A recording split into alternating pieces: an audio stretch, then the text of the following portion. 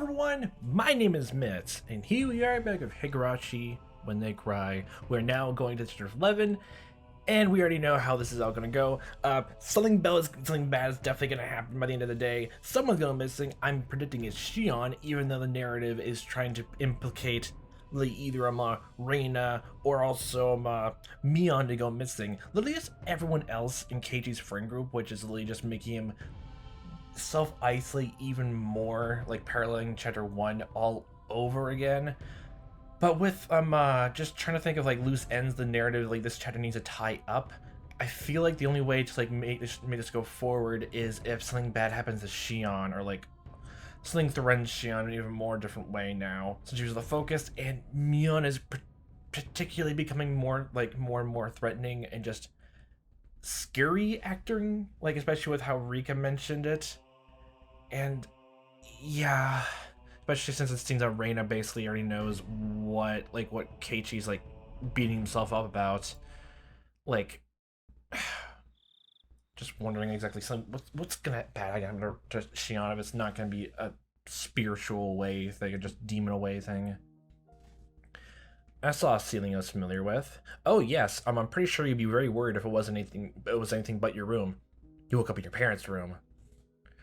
Though I was groggy from sleep, I did notice that I was in my futon, like I was every morning. You probably shouldn't have drank the coffee from Oishi, actually, probably. It just messed up your whole system. I looked at my clock. Despite having turned it in so late at night, I woken up precisely the same when I always did.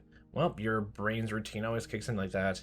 I know, like when I was more in high school and the middle schools, that I woke up exactly around the same exact time, and sometimes when I forget my set my alarm, that I can just sense when my parents will come to my room to wake me up before they also went to work. So literally just special sense, internalized clock and all that. And so low on sleep. But I guess you really can't get up at the same time every day. The secrets of the human body never cease to amaze me. Well, I mean, if you want to know more of the secrets of the human body, you can just, go and, like, look at all those, special tools in the store warehouse again. Double curse yourself and figure out how the human body works in meticulous detail. If I went back to sleep like this, I would definitely not be waking up again. I spurred myself on and slipped out of my futon. Mom asked me about last night at breakfast. Apparently, we too had gotten a call asking if we knew where Rika-chan and Sadako were, and Mom vaguely understood that something serious is happening. Oh, literally, I guess it's really confidential about the rumors going around, and I guess, it makes so much sense, though. Oh my gosh. Oh, it's even more, god damn it, this is, like, it's just breaking my heart a tiny bit, also. Just like, the dynamic it has. It's really good writing, I'll say again. Just all the things I mentioned before in my last comments, like the residents all that I like completely believe occurs is happening.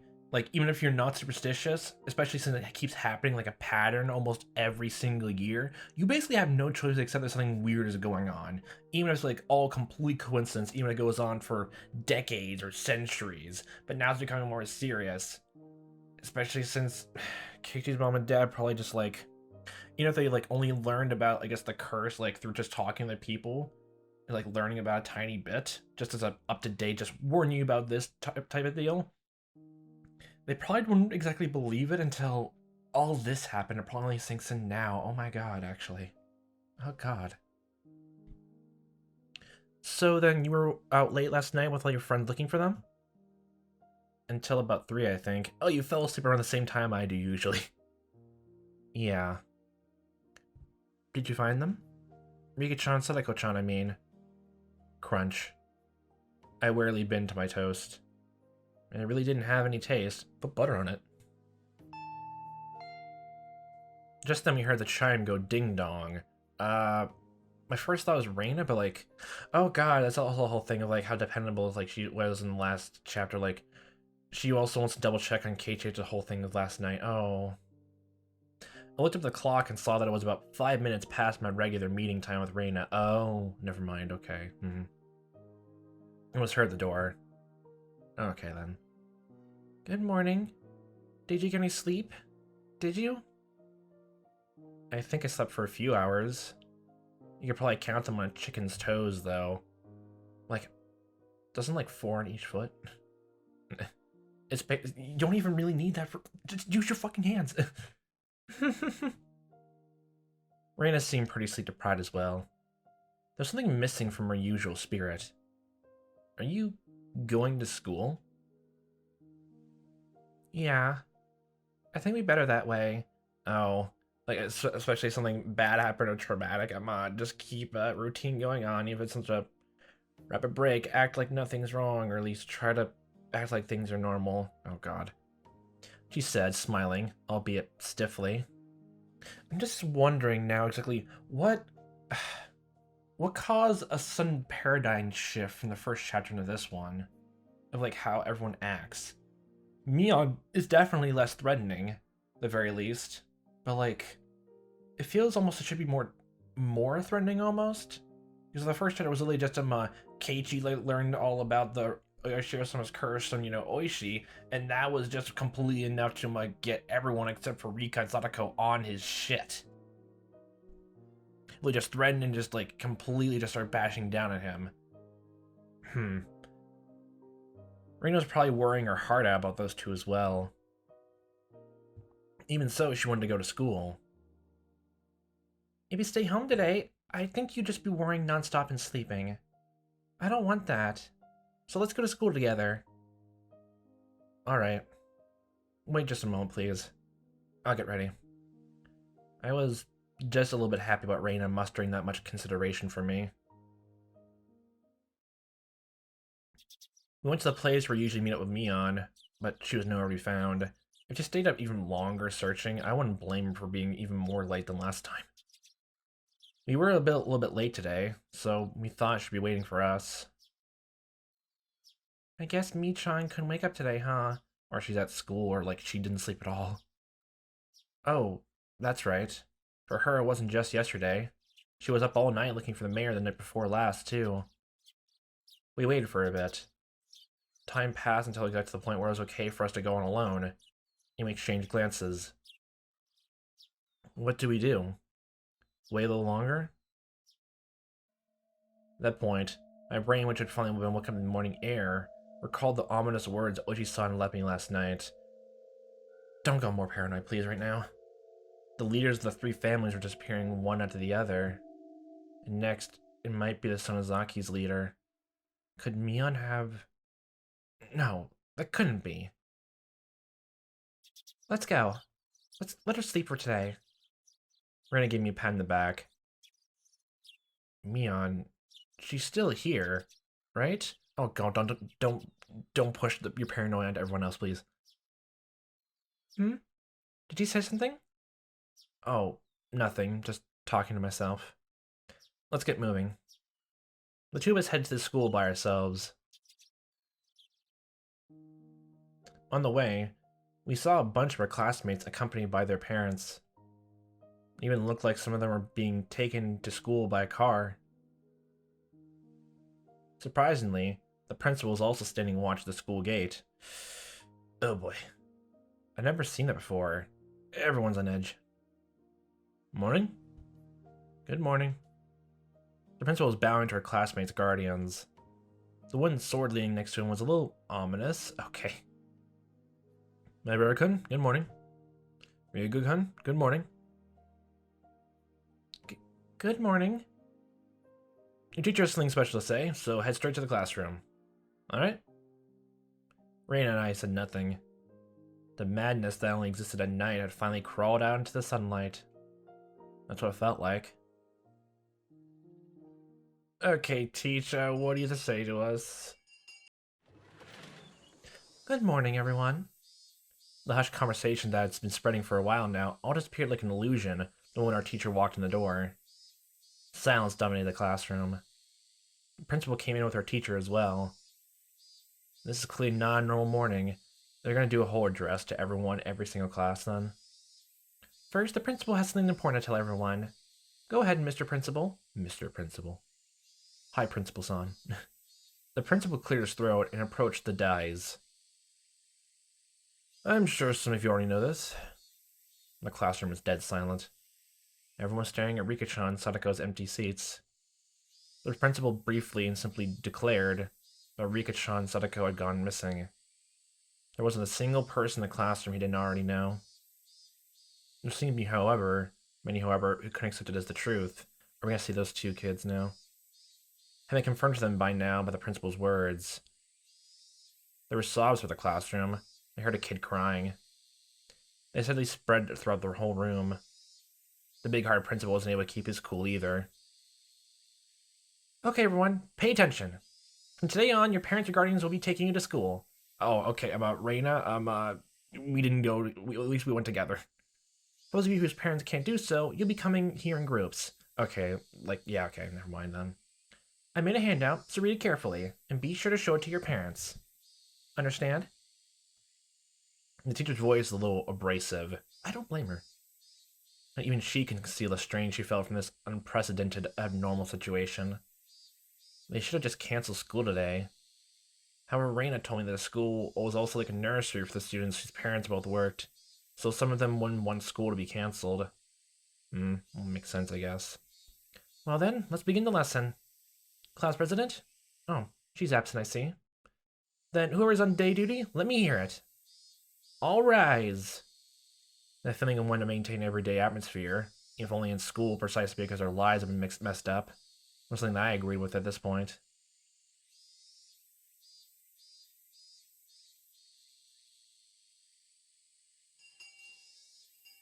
School went by through a relative silence. As for the teacher, who always had her lunch in the staff lounge, she ate in the classroom here today. I had to laugh at her curry bento, which was just a rumor till now, but there was nobody to laugh with me. Reina brought her chair and lunch over to my seat.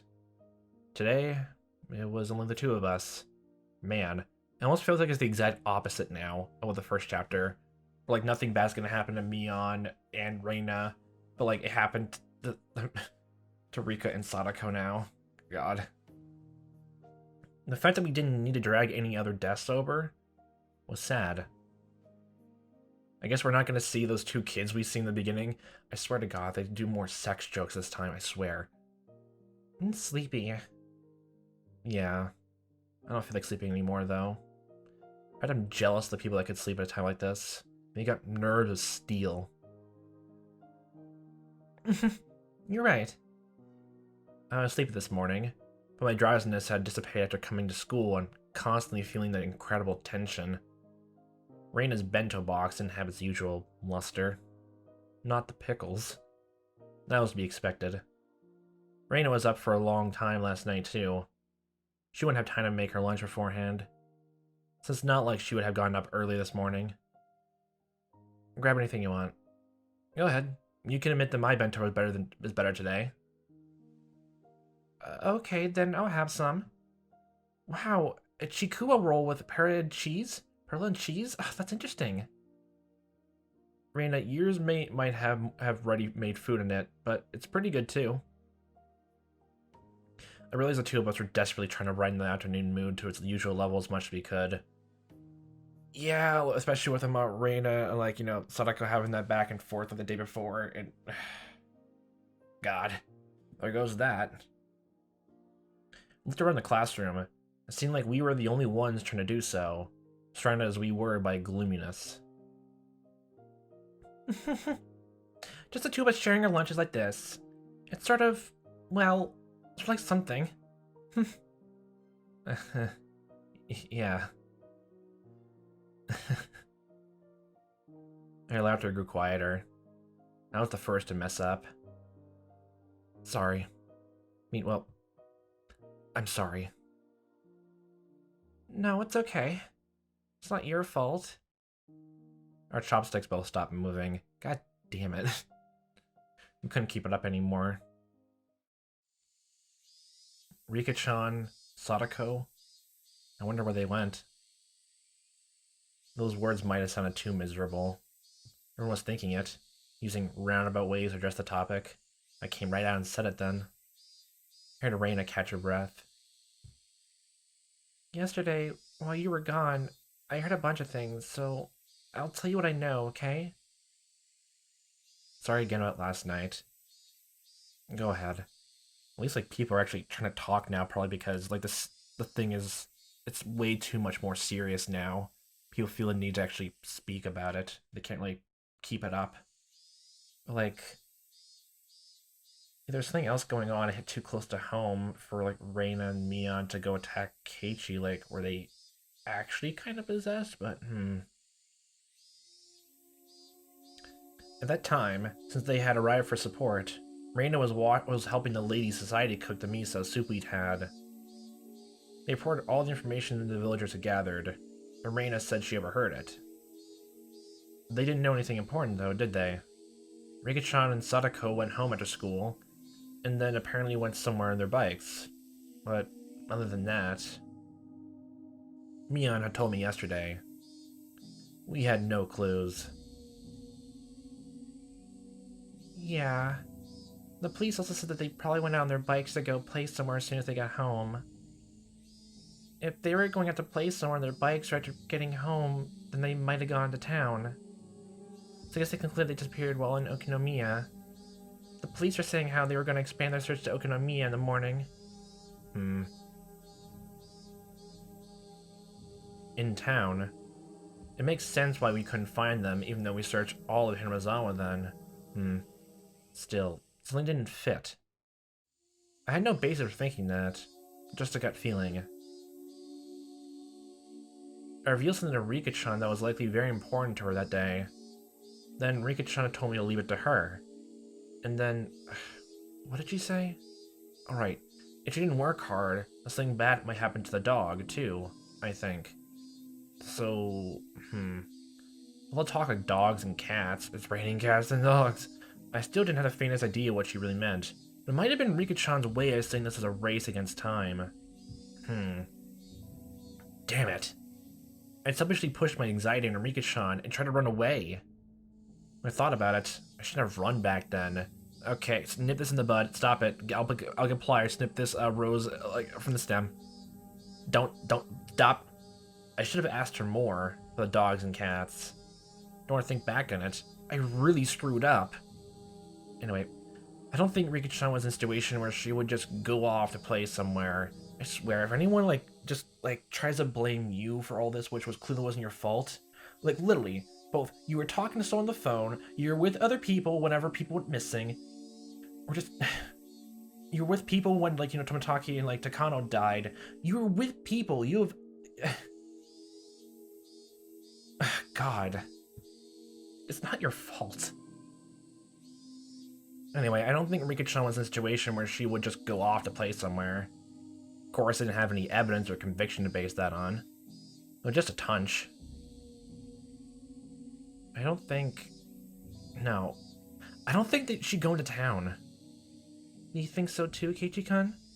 I agree. Rika-chan Sadako-chan must have disappeared in Hinamizawa. I looked back at Reina, startled. I could hear the conviction in those words. Without replying to my gaze, she took her bento box and went to the hallway. Okay, that's enough of this conversation. Too depressing. Someone here is to blame. Okay, I'm gonna rinse this out. He chimed in a way that broke off the conversation. Something of the feeling that the next thing she'd to say would be hard to say aloud in the classroom. I hurriedly grabbed my bento box and followed her. Raina didn't go to the kitchenette, but led to the water fountains out back, where students seldom went. Yep, okay. Social tact. Oh, yay, we're back here, yay! The water flowed down onto her bento boxes. During that time, Reina didn't say a word. After making sure there were no other students around, she finally opened her mouth to speak. The whole thing about Rika-chan Sadako-chan going to town to play and then disappearing, it didn't make sense for some reason, so I decided to investigate a little bit myself. Just a little bit. Who did you ask? What did you ask him about? Oh, did you talk to Oishi while Keiichi was asleep? I asked the Lady Society all kinds of things. Oh, you said you're making the miso soup, then look for Keiichi, I guess? Or you asked the questions when you brought Keiichi back, either just yesterday. There was a lot of tofu in the miso soup yesterday, remember? Wait, what? The old lady from the Tomita tofu shop came too. The Tomita tofu shop? Oh, I remember. That was on the stores in the road leading to the hospital. Those huge lumps of tofu dancing in the bathtub like cistern always looked nice and refreshing. The old lady said she remembers Sadako-chan stopping to buy tofu there on her way home from school. Tofu? Well, it's on the way home, right? How's that a clue? Just listen! Do you remember when we went to Rika-chan's house? Was there dishes or anything like that? Was there tofu in the fridge or something like that?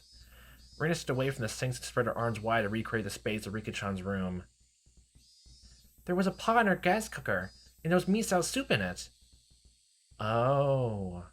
I think there was probably about half inside. The rest is in the refrigerator. They had guests over? They must have been planning to make chilled tofu. It was on a plate in plastic wrap. As Raina explained, she went around, as she were really going through Rika-chan's room. I don't know that it's how, like, you would make, like, chilled tofu and all that, so, like, be, like, having guests over, or... Still, Reina, why does this matter? Keiichi-kun, when you make miso soup, you put the tofu in last. It means Rika-chan, or Sadako-chan, who was cooking, was standing there making it up right until dinner time. Right up until dinner time? Wasn't everyone saying that their bikes weren't around, so they must have gone somewhere to play themselves? The trash in the countertop bin was put in there really awkwardly too. So wait, you're saying that their bikes went missing? They went home, but like they went missing in their house when there's notice of the forced entry. The trash in the countertop bin was put in there awkwardly. Rika-chan makes most of their food and lunches, but occasionally Sadako-chan does it too. Are you saying this is literally just a case of like someone breaking into someone's house and like rummaging through the things and like trying to like break into people's house?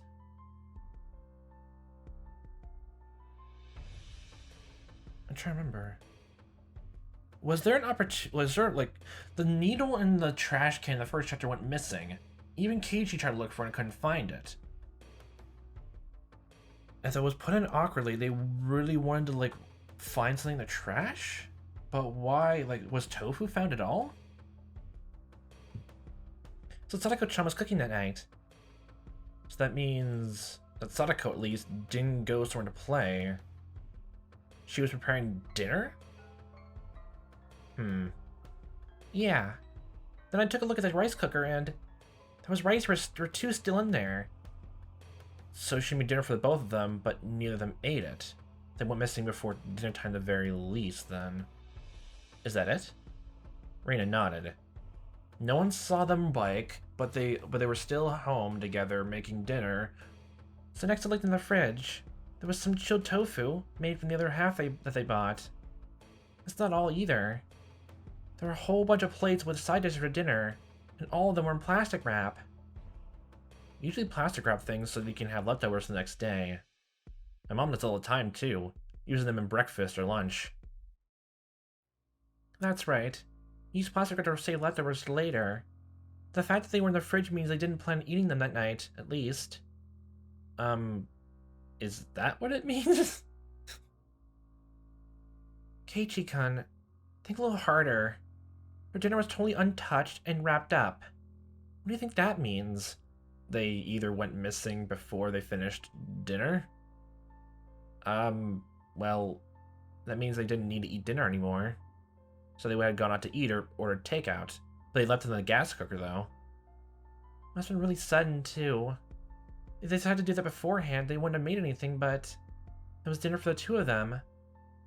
That means that when Sadako-chan was making their dinner, they really thought they were going to eat until right before they didn't.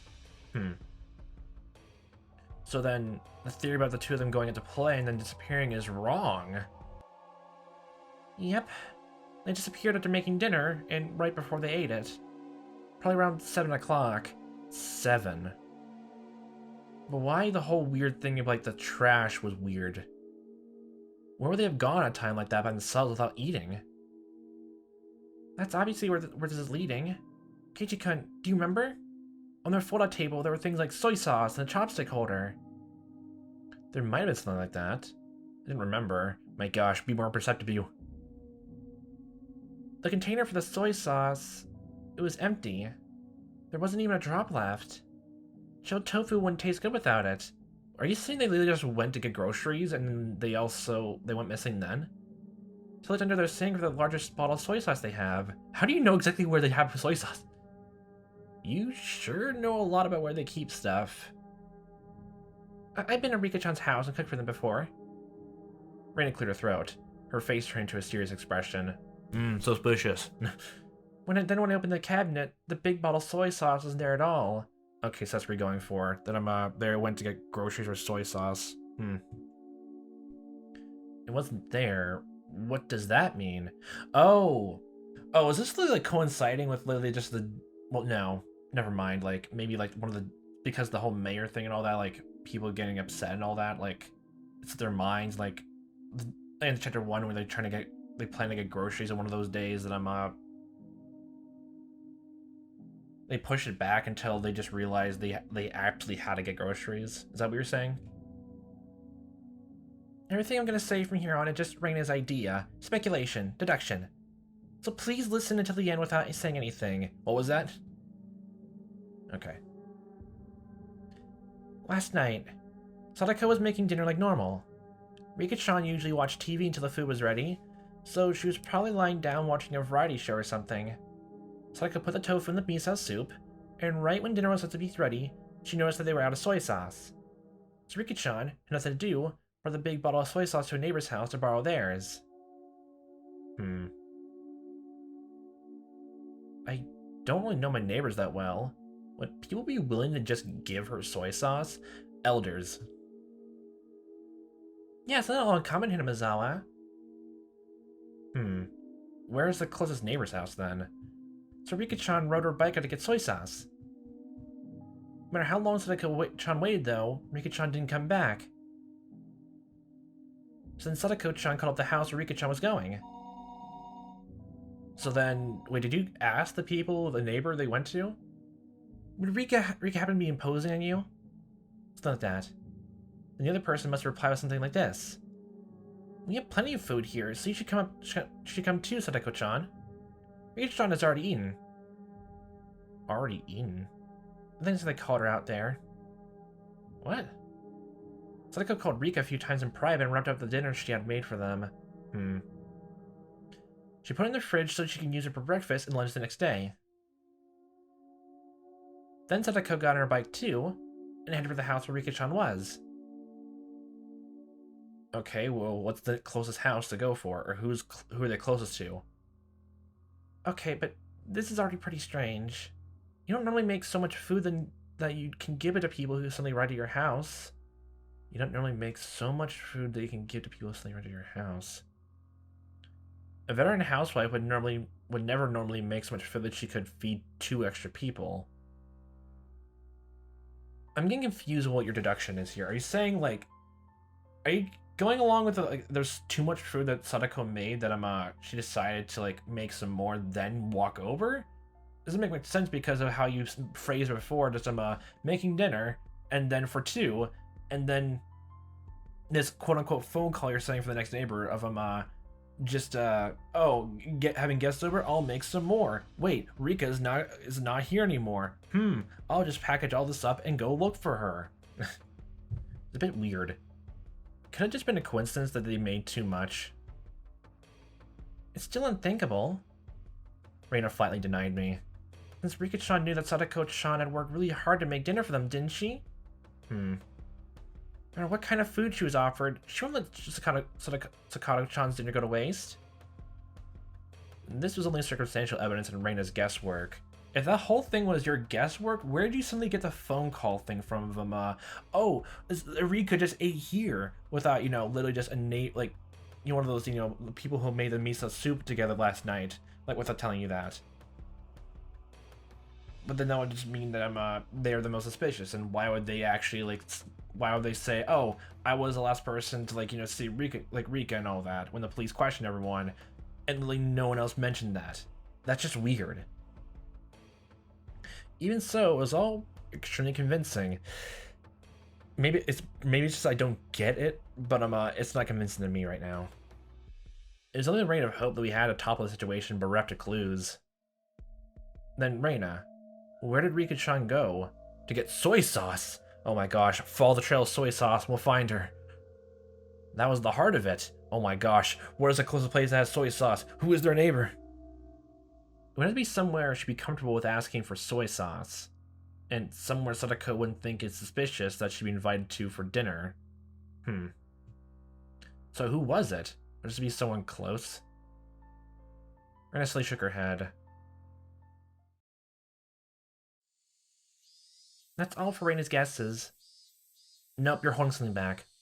These are just ideas, okay? Keep them a secret from the police. From the police. What is there to hide? If only half of what you say is right, it should be a good clue for all this. Keiichi-kun? This all means suspecting someone from Hinamizawa. We can't suspect anyone without a really good reason. I saw a few girls coming over to rinse out their bento boxes. Oh my gosh, they're the same idea. They went over eavesdrop on us. Run, flee! Reina cut the conversation short there, returned to the classroom. I stayed there alone, my body bathed in the lively voice of the cicadas. Let's think about this then. In my own way. Reina had barely any information to go on, yet she reasoned out that much. There should be something that only I, who knew far more than Reina did, could deduce. Oishi-san said this last night too, but this incident was definitely occurring within Hinamizawa. Reina might not have wanted to believe it, but it's basically giving the culprit to someone from the village. Yeah, it also makes sense why she doesn't want to go with that whole thing with the unity thing. The trigger for everything was when the four of us trespassed in the forbidden storehouse. Somebody saw us going in there. The culprit, breaking the taboo, was a crime punishable by death. Very religious zealots. Like, very extreme anyway. So that night, Tomotaki-san and Takano-san were sacrificed. There were two left. Shion and myself. However, before the culprits bore their fangs in Shion and me, they went after the mayor, to whom Shion had confessed her sin. How they know about that? Unless, like, it's someone close to the mayor, or, like, overheard a phone call somehow? It's too coincidental. Next, I went for Rika-chan, to whom I confessed my sin. Then, what about Sadako? Just a stray bullet? Yeah, it's just like it's almost like a slight ricochet. Just away. It's off balance. By itself, Rika-chan being sacrificed after I told her everything was mortifying. It would make more sense if both Rika and Sadako went together, and, like, they were going after Rika and decided, like, you know, kidnap or, like, you know, like, get both of them at the same time, like, cut up loose ends. But if Reina's theory is meant to be true, then, like, why get Rika at the same time get Sadako then? Especially from your, like, Reina's own theory that Sadako would have no idea what had happened. And if the neighbor, like, if the whole theory is right, that Rika went to get soy sauce from a neighbor, and the neighbor is completely in the clear or anything, why would there be anything to worry about then? So they really just waited on the path or, like, something like that, middle of the night, for something which they wouldn't have reasonably find out of what they're going to do that night? So Lily is it Lily just, they staked out their house and waited for them to leave somehow, like try to find them on the way back home? Or Lily was just a wrong place, the wrong time type deal?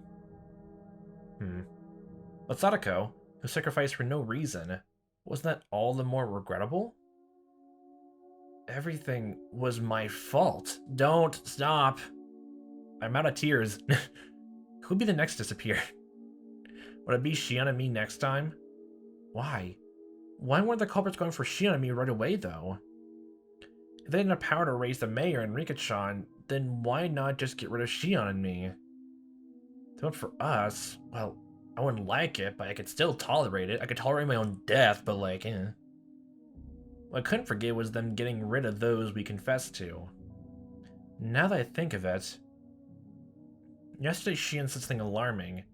She felt like someone was watching her. So then, was someone watching me as well? Those people who are rinsing their bento box right next to you, they're spies. Spies in your classroom. Run, run, flee. You're thinking too hard. They're gonna breed your thoughts. Strangely, though, I hadn't felt anything like that until now. Until now? Even now, I'm the root cause of everything. I never once had that impression. Most simply because Sheena was more cautious than me, and I was just careless. And reckless. That's another story, though. Let's get back on track. We'll completely go over the fact I'm careless. Why weren't the culprits going after Shion and me? I felt like that's where the key to this lay. Could it be... Was I making a big assumption that I shouldn't have been? I thought and thought, but couldn't come up with an answer. The one thing I understood was that I was concerned party to this case, and that I had a duty to watch over it until everything had got resolved.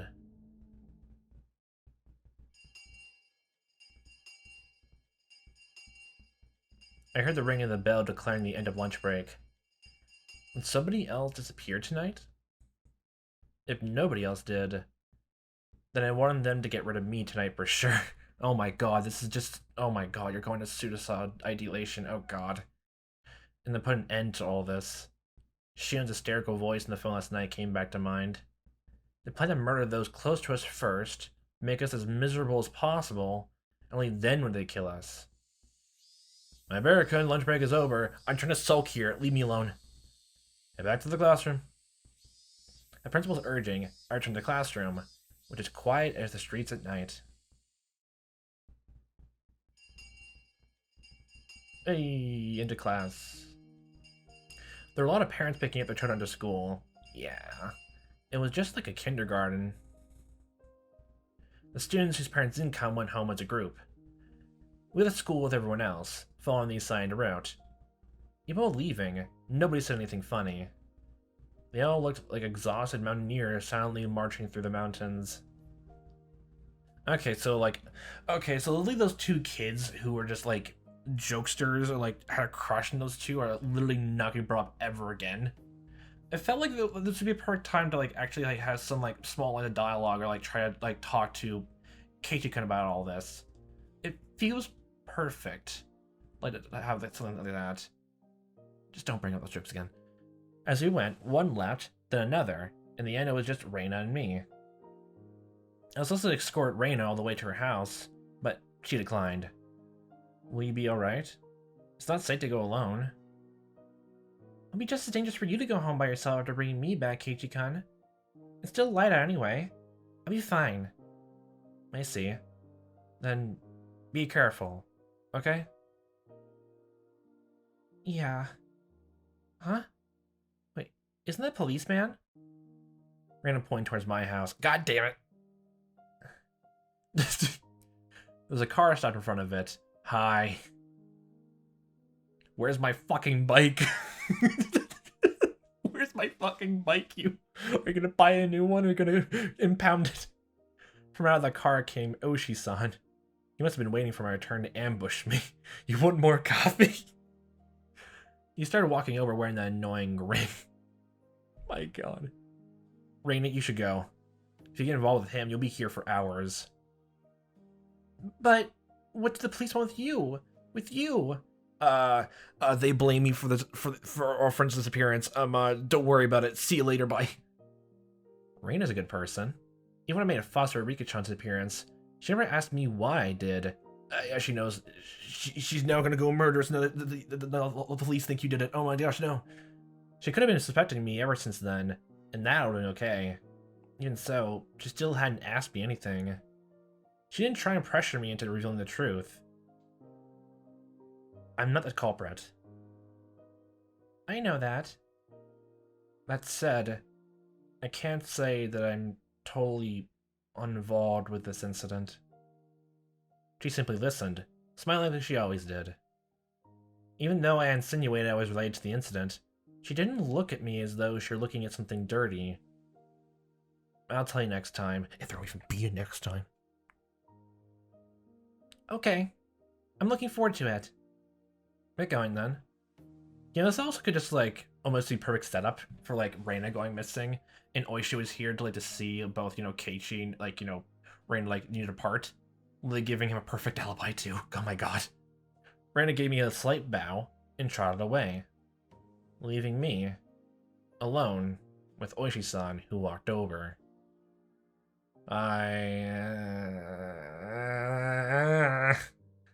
Hello, Molo. Welcome home, Maebara-san. What, you live here now? No, leave. Hello. Looks like your parents aren't here. What the... My, was I in a bit of a spot? He came all the way to my house? I thank my good fortune that my parents were absent. Since neither of them were around at this hour, they would probably be back late. I think Dad got called out on business. Oh my god, they're always going to be home late for Butterfly Effect for all of this, for these last sections. Oh my god, oh my god. I don't think he'll be back until later. I see.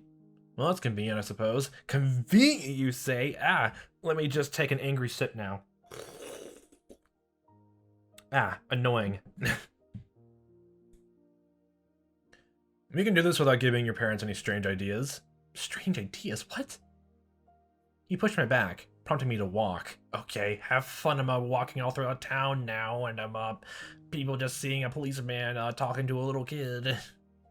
It's like he wanted me to get in the car. Oh my god, that's even worse. Are you taking me to the police station? I wasn't the culprit, but I was the cause of everything. It would be weird if you wanted to investigate me. That kind of gave me a resigned feeling. No, I just don't want to sit around talking. We can just talk in the car, that's all. Or we can have a fun time talking at a restaurant for no reason. Of course. Come on, don't be shy. He opened the back door and urged me inside.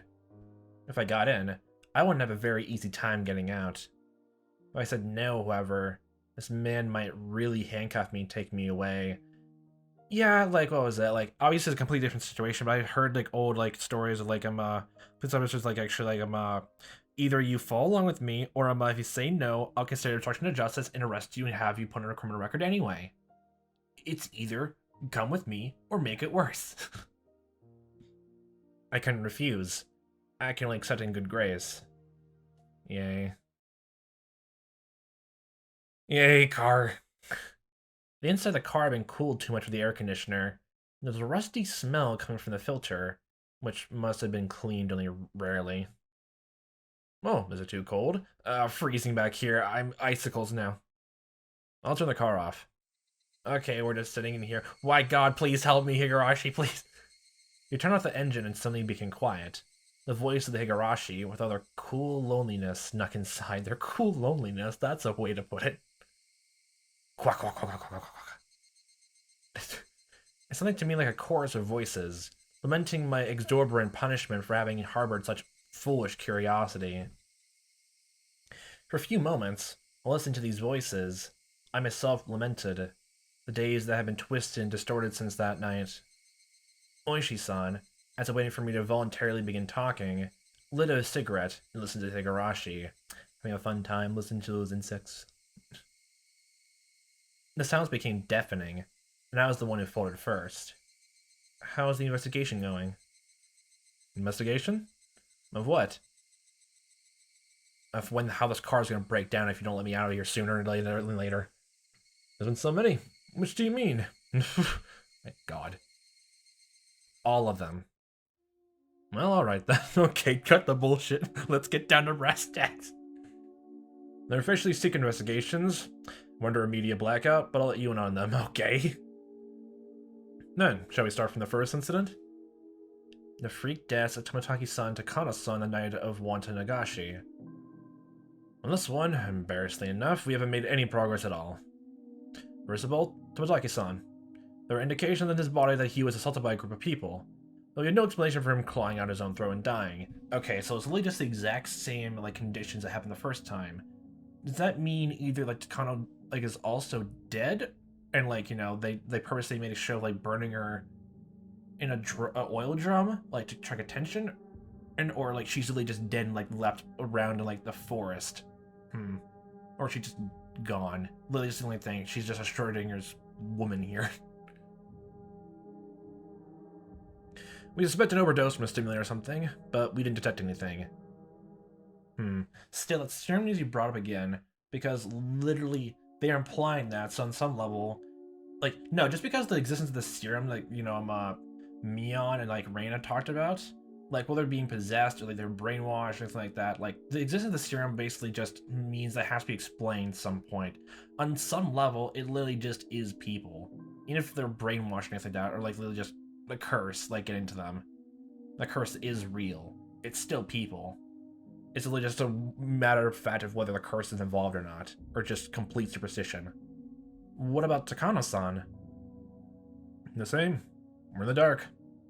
Autopsies for those who are burned to death are real tough. Oh boy. We believe she was doused in gasoline after she was strangled. The one falls into the neighboring prefecture's police department. They haven't been very cooperative, even though it happened in our territory. Oh, I guess cause of death stuff like goes to different people? Okay then. Well, that's really relevant though. Okay. So the police didn't know anything other than the fact the victims died inexplicably. Nonetheless, the times when the incidents occurred have been generally placed right to the festival ended. It's a bit uncertain in Takano-san's case, but the likely prospect is that she was murdered about the same time as Tomotaki-san, then dumped in the mountains. Why would they bring a dead body all the way to the mountains? They should just brought Tomotaki-san out there too. Oh my, Maebara-san, you're quite sharp, you know that? Yeah, it's just weird why they separate the bodies though. Like, was there a point of separating them? Like, because no matter what you think about it, everyone knows they were walking around the same night. And, like, people, like, had the impression they were dating. I think they were, though. So, like, why attack and separate them and have their bodies be placed in miles apart? Was Sakano actually kept alive to, like, interrogate her and then was killed? They just went after her, like, to attack both of them? But then if, like, that makes even weirder sense, like, why Tomotaki, like, want to claw his own throat then if you want to protect, his date then. Unless we're going with that, like, and he was actually really too scared and, like, just kill himself, like, that way. But just weird. Was there so much stress that, like, that we're not noticing from Tomotaki? Like, everyone else that's going to that? Or, Of course, I do believe that's something we need to be attentive of. There are a bunch of other suspicious things, but this is all about I can tell you at this point. How about the mayor? Have there been any clues? Things less of that topic, I change the subject. Otherwise, he might turn the conversation to me. Tell me everything now. Now, now, now. We investigated his movements on the day he disappeared. We didn't find anything that could provide any clues. Well, I'll tell you about it anyway. The mayor, Kichiro Kimiyoshi. Apparently, he was suffering from severe hemorrhoids. Hi, Mr. Grossberg. People who lived a long time have an unusual amount of pride. So the mayor had been telling anyone that he was going to a proctologist at the Stern University Hospital in Shishibone. The day disappeared, he had an appointment for a checkup, so he went out first thing in the morning. Even I knew that big hospitals, like university hospitals, had a really long waiting time. Apparently people would get in line hours beforehand, even if they had an appointment. The exam ended at 1 p.m. After that, he ate a light meal in the hospital restaurant and passed the time reading a magazine. I was like, okay, so they investigated his movements that day, and like after Shion told him, and like he went out after the meeting for like the festival, he went missing the next day, or like, well, yeah, I was like told him about it the day of I think the day after.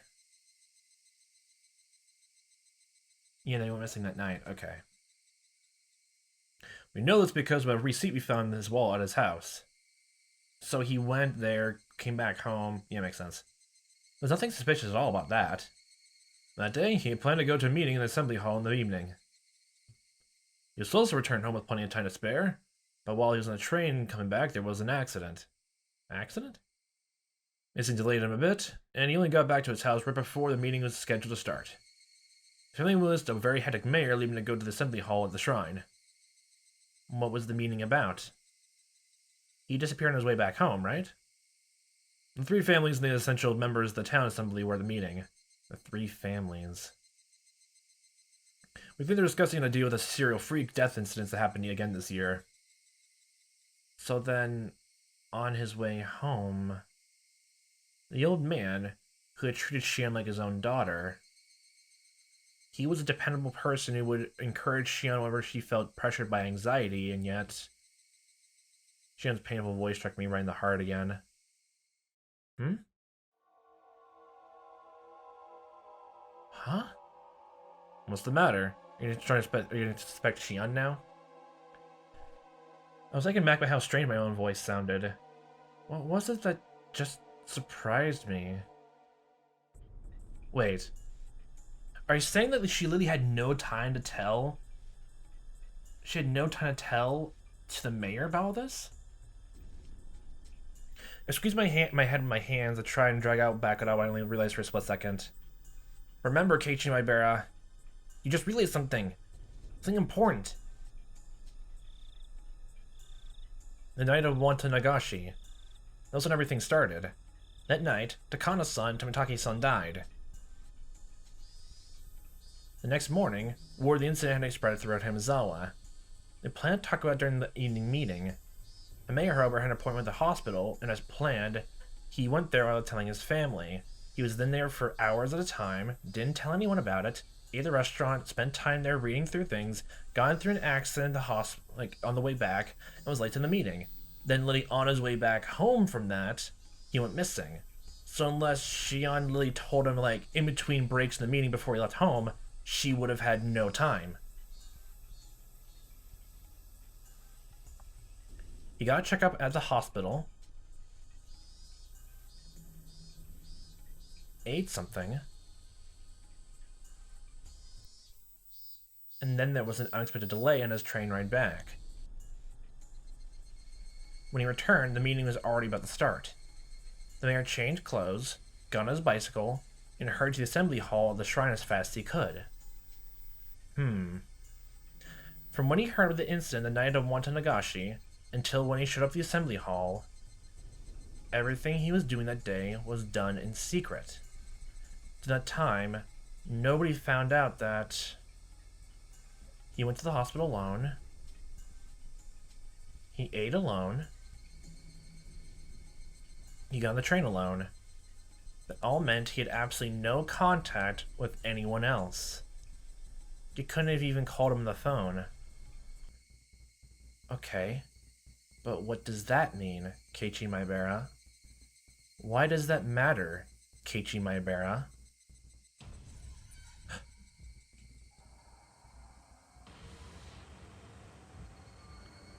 Kei-chan, what should I do? What's wrong? Tell me. We're not keeping secrets from each other, right? Old man Kimiyoshi, I told him everything. I told him everything. I told old man Kimiyoshi everything. At night, I told the mayor that we snuck into the ritual storehouse. Also, someone saw us and was out to get us. Right. What then? Old man Kimiyoshi didn't get angry. He smiled, then told me that if I was properly sorry about it, there was no way I'd be demoned away. He was really smiling. He told me to leave it to him.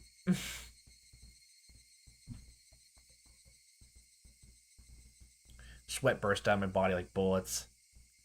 They became one long strand and slid down from my forehead to my nose, and fell. So then, what does it mean? Hey, Keiichi Maebara, no more playing dumb. When did she tell him? Shion said she learned of the incident from a phone call her father made that morning. The mayor had left the house first thing in the morning for his appointment at the hospital. He didn't tell anybody where he was going. Nobody knew about him going to the university hospital. Furthermore, his train ride back to his house was delayed by an accident. As soon as he got home, he rushed out to the assembly hall. The meeting in the assembly hall began and continued until it was dark out. Then everyone left. Nobody saw him after the meeting was over. He just disappeared. Which meant,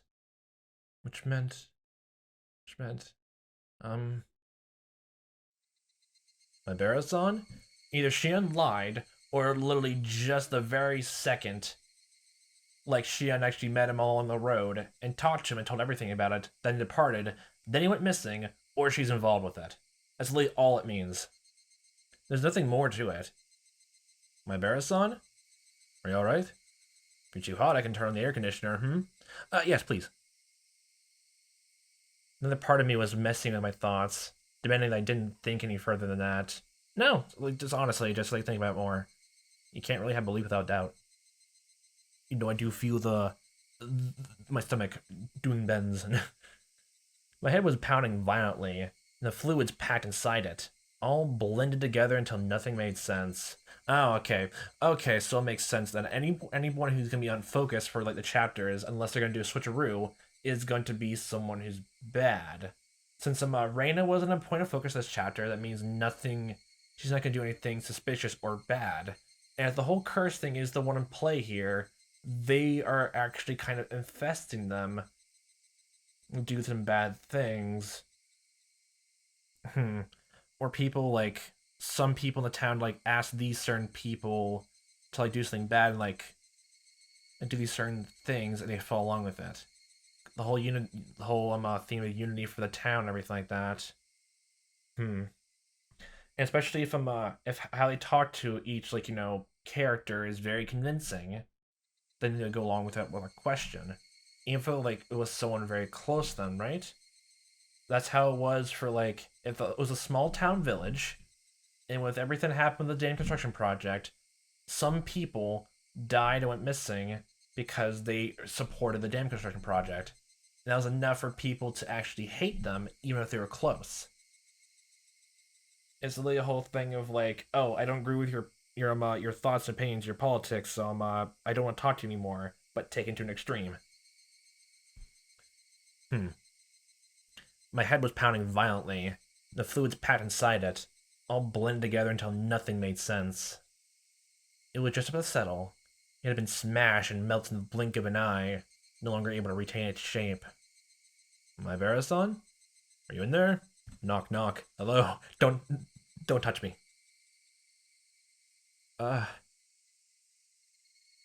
Yeah.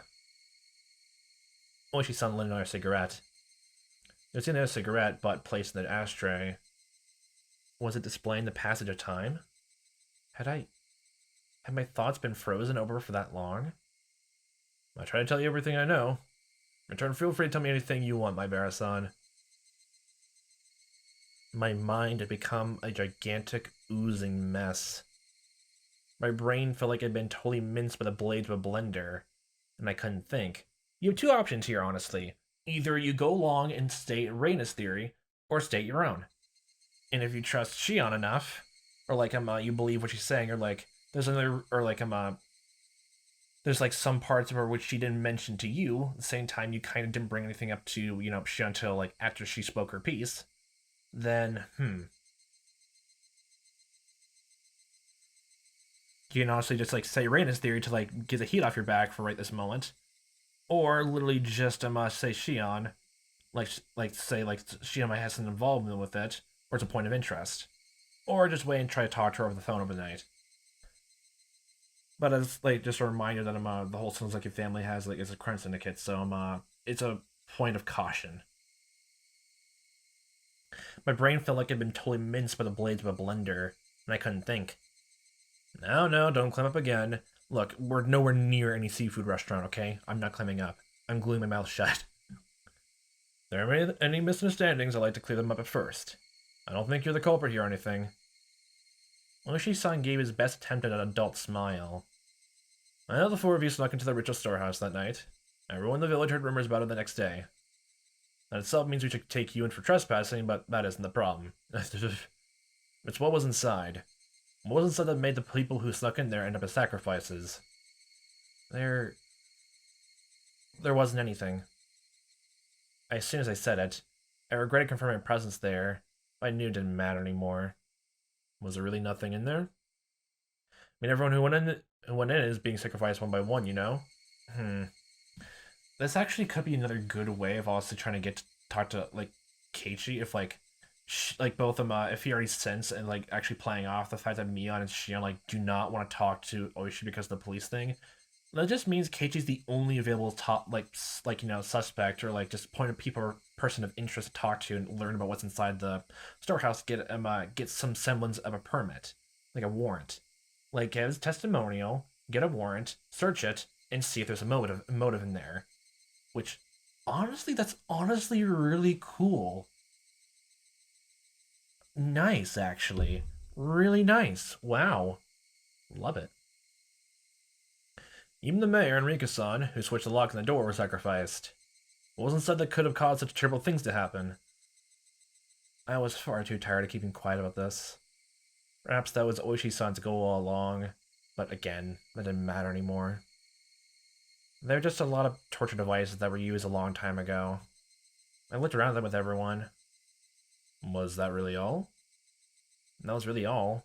Did you look through everything, like, on the nose, like, to the point?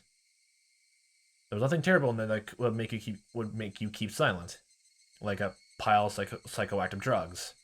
Oh yeah, I looked up what. Okay, you're bringing the poppy thing. I looked it up afterwards. Literally, it's almost like making opium. That's literally just making drugs. Opium. Okay. Is that? Wait, hold on. I didn't even look any further than that. I'm stupid. What is opium? I'm an idiot. Why didn't I look up what opium was? My God. I know it's a drug, but Jesus. On what is opium? Opium is a dried latex obtained from the seed capsules of the opium poppy papatersonium. It's made to produce heroin. My first thought was actually something related to meth. Huh. Let me look at the difference between heroin and meth later. I also need to look into like exactly what meth is too, for future reference. I need to know, honestly, for another game. There was nothing terrible in there that could make you keep silent, like a pile of psychoactive drugs, maybe a secret poppy workshop. Perhaps there were mountains of Soviet or Chinese handguns. No, not the Soviet Union handguns. No. There weren't any suspicious wooden boxes or containers packed in there. There was nothing. As exaggerated as what Oishi-san was hoping for, but I felt like there was a way they were putting terrible things hidden in there. From the perspective of someone who viewed the storehouse as sacred, whether or not I thought I'd seen some crazy things didn't matter in the slightest. Keiichi didn't see anything special into the storehouse. The only thing that was special about it was something that Shion mentioned, and Tomitaki actually mentioned at the time. I wonder if it's actually because that weird back and forth thing that happened afterwards. If like Shion was trying to hide something, but since Tomitaki brought up like that he heard something, she tried to test the waters, like trying to guess if Keiichi heard it at the same time as well. And Shion was the one to push Keiichi to look forward into there for some reason. Was she trying to hide something or keep someone along as an alibi? That person, like the sound of a child jumping up and down on floorboards. Why make such a big deal about that, and why didn't Keiichi hear about that, but Tomitaki did? If Keiichi couldn't hear inside there, that means it was soft.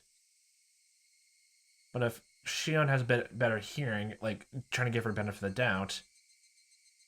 Is there even anywhere nearby the storehouse that would make something sound like that?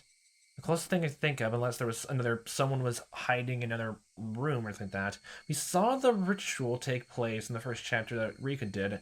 She did not jump him down. The only thing I can think of that would even mimic that sound is like she leaned back with the sacrificial hoe to smash into the futons to get caught out, like leaning back to put force into her swing, like repeatedly, and all that. If that was the case, then maybe, but like the way how they worded and sounded it, it was two completely different sort of noises then. It wasn't like a back and forth, like resting in your heels, swinging back and forth, creaking. It was like stomping up and down. And why would you put attention to that?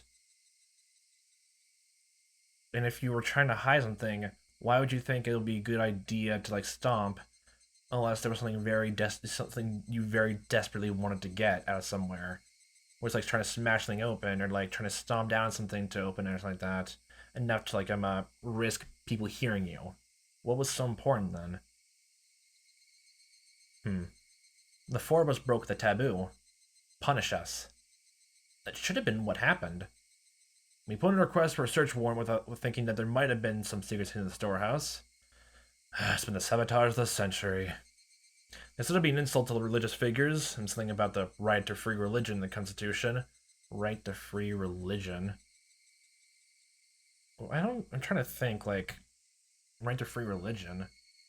They're trying to go with the whole thing of, like, don't criticize religion, even though, like, they're just trying to figure out the thing back. Ah, jeez. That's why I really didn't have any other recourse but to ask you since you went in there. There really was just old, rusty, dusty torture equipment. Nothing else stood out. Then Tomotaki-san and Takano-san were only killed as a punishment for having broken the taboo. I didn't have an answer for the only part. Like, well, of course, a scrapbook. Wait, what was it? Didn't, like, Takano at some point bring out her notebook or scrapbook to write something in it? Or she just took it out just to parse through it?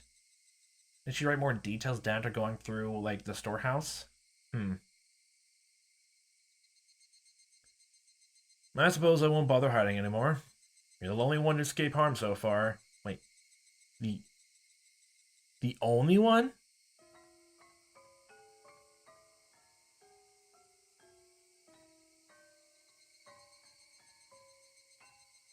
Well, I called it. Everyone but you has disappeared, and yet you alone are safe. What's the difference between you and them that would protect you but bring harm to the others? That's what I want to know. There's something wrong with what Oishi-san was saying. You alone.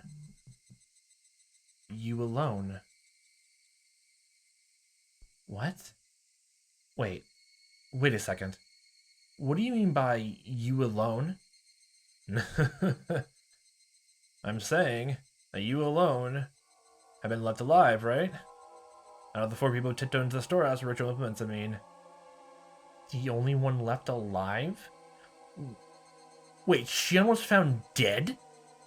Hold on. Shion was still... Jiro Tomotaki-san and Mio Takano-san died that night, and Shion Sonozaki disappeared the next day.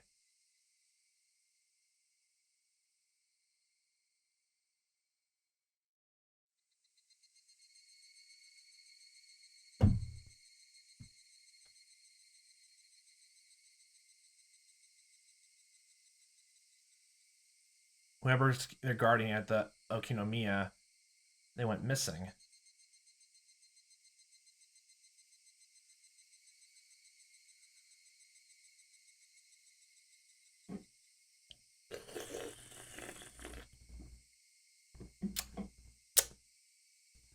Hi, Mion. Only you are still safe and sound at this point. Why only you? I'm saying that's what I want to know. Shion disappeared? Wait, that's impossible. Wait, that means two people went missing. Each day, then. The mayor and Shion also went missing. And of course, no one bring it up in the town because Shion does not live here. So literally the only last time we talked to Shion was all that.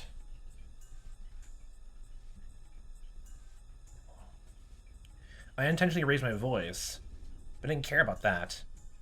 Tomotaki-san died, Takano-san died, and Shion disappeared? Same time that the mayor, like, disappeared.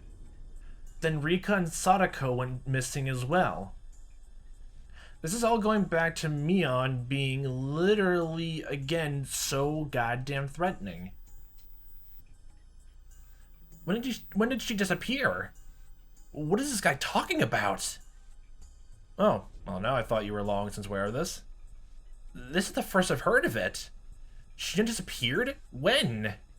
Well, going back a bit, she disappeared the day after Wanta Naganashi. She disappeared then? Keiichi never went to the restaurant ever again after the festival. Going back a bit. Stop saying stuff I don't understand. Shion Sonozaki spends the night at a relative's house depending on her mood on any given day, so no one thought much of not knowing where she was. She frequently takes days off from school too. Okay. Her teacher's been pretty troubled by it. I didn't ask about any of that. I'm asking you when Shion disappeared. I told you, it was the day to want to Nagashi. The fluids in my body all reversed direction. I lost my sense of balance, and everything I could see started to wrap and warp and twist out of shape. I simply couldn't endure it. Hang on. Hang on. Shion had already disappeared? Hey Keiichi, I think it's fine now. Hey, how about you find don't ask why you suddenly had this thought in your mind of why you know where the certain object is, but maybe go back to school, search someone's locker, grab this one bat, don't read the note on top of the baseball bat, and calmly walk to a certain green-haired girl's house. And calmly ask and talk to her. Or just, shit, wow. She fucking wow.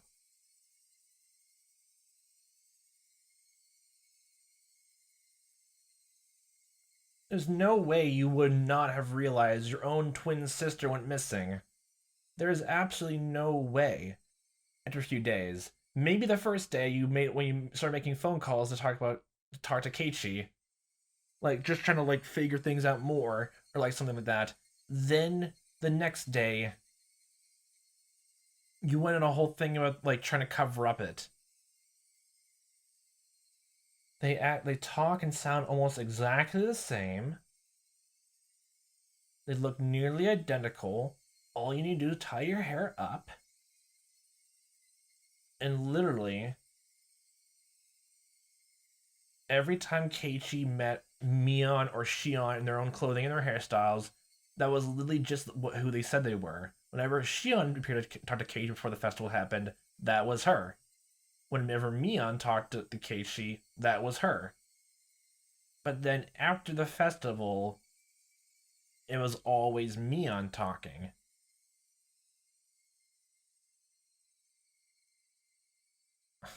That night, that call, that phone call. Who was that? She called me every night. She encouraged me.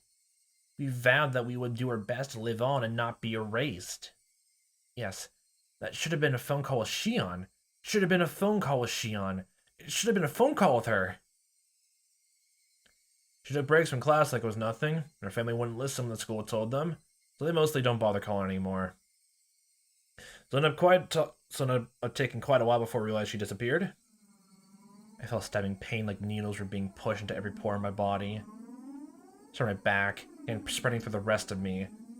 So literally, when the day the festival happened, she went missing there, but literally no one realized she went missing because she goes back and forth sleeping in different relatives' houses, and no one questioned at all until none of them actually got contact with her for several days. Then they compared notes and realized she went missing the day of the festival.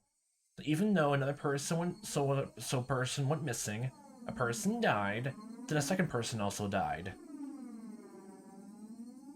So literally 3 people died and went missing. The one on the day one of the festival, then the mayor, 1, then it was both Rika and Sadako day 3. 2 people went missing. I started my back, began spreading through the rest of me. When I completely covered the surface of my skin, it began to worm its way inside my stomach as well. Then you remember? We talked at the library the day after Watakanashi. Shion was there then. That was the last we saw of her. Oh, holy fucking shit. No one knows where she's been since. That was the last? Or are you saying literally just... Oh my god. I was right then. She disappeared. The mayor went missing too. That's... That can't be.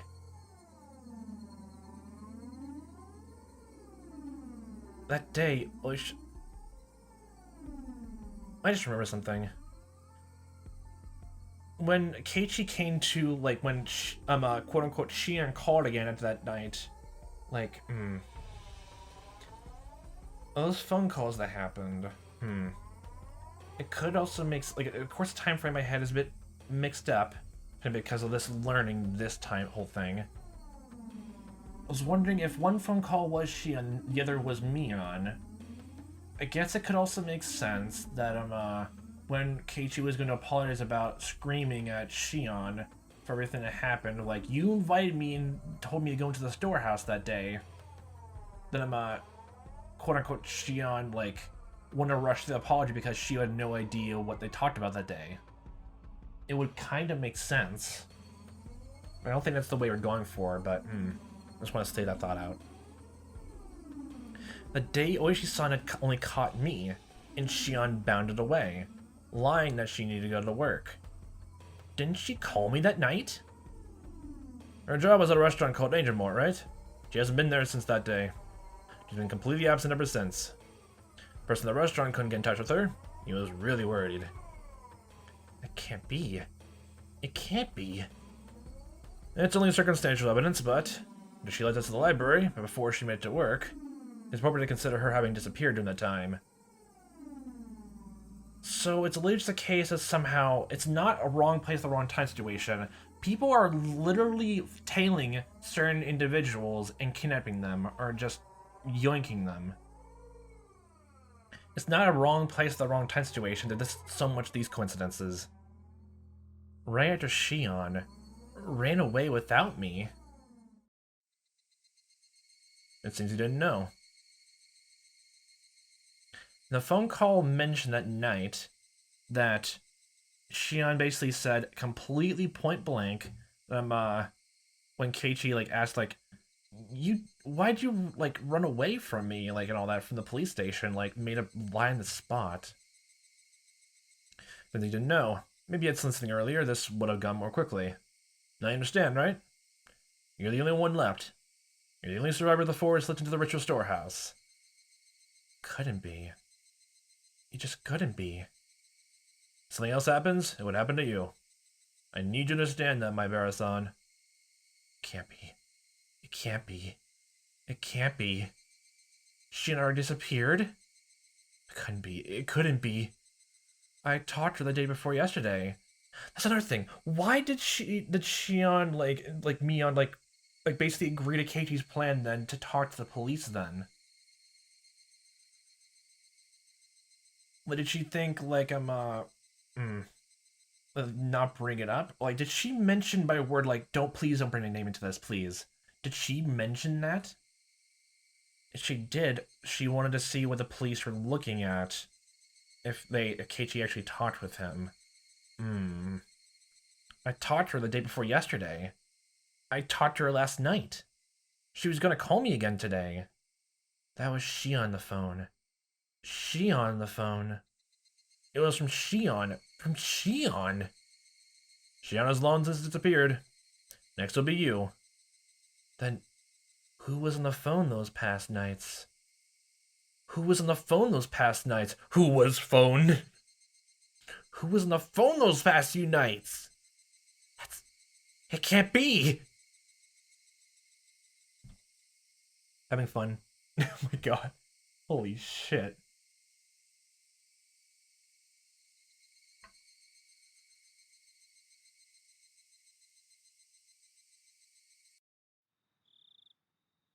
I lay down on the couch and stayed there dazed for a while.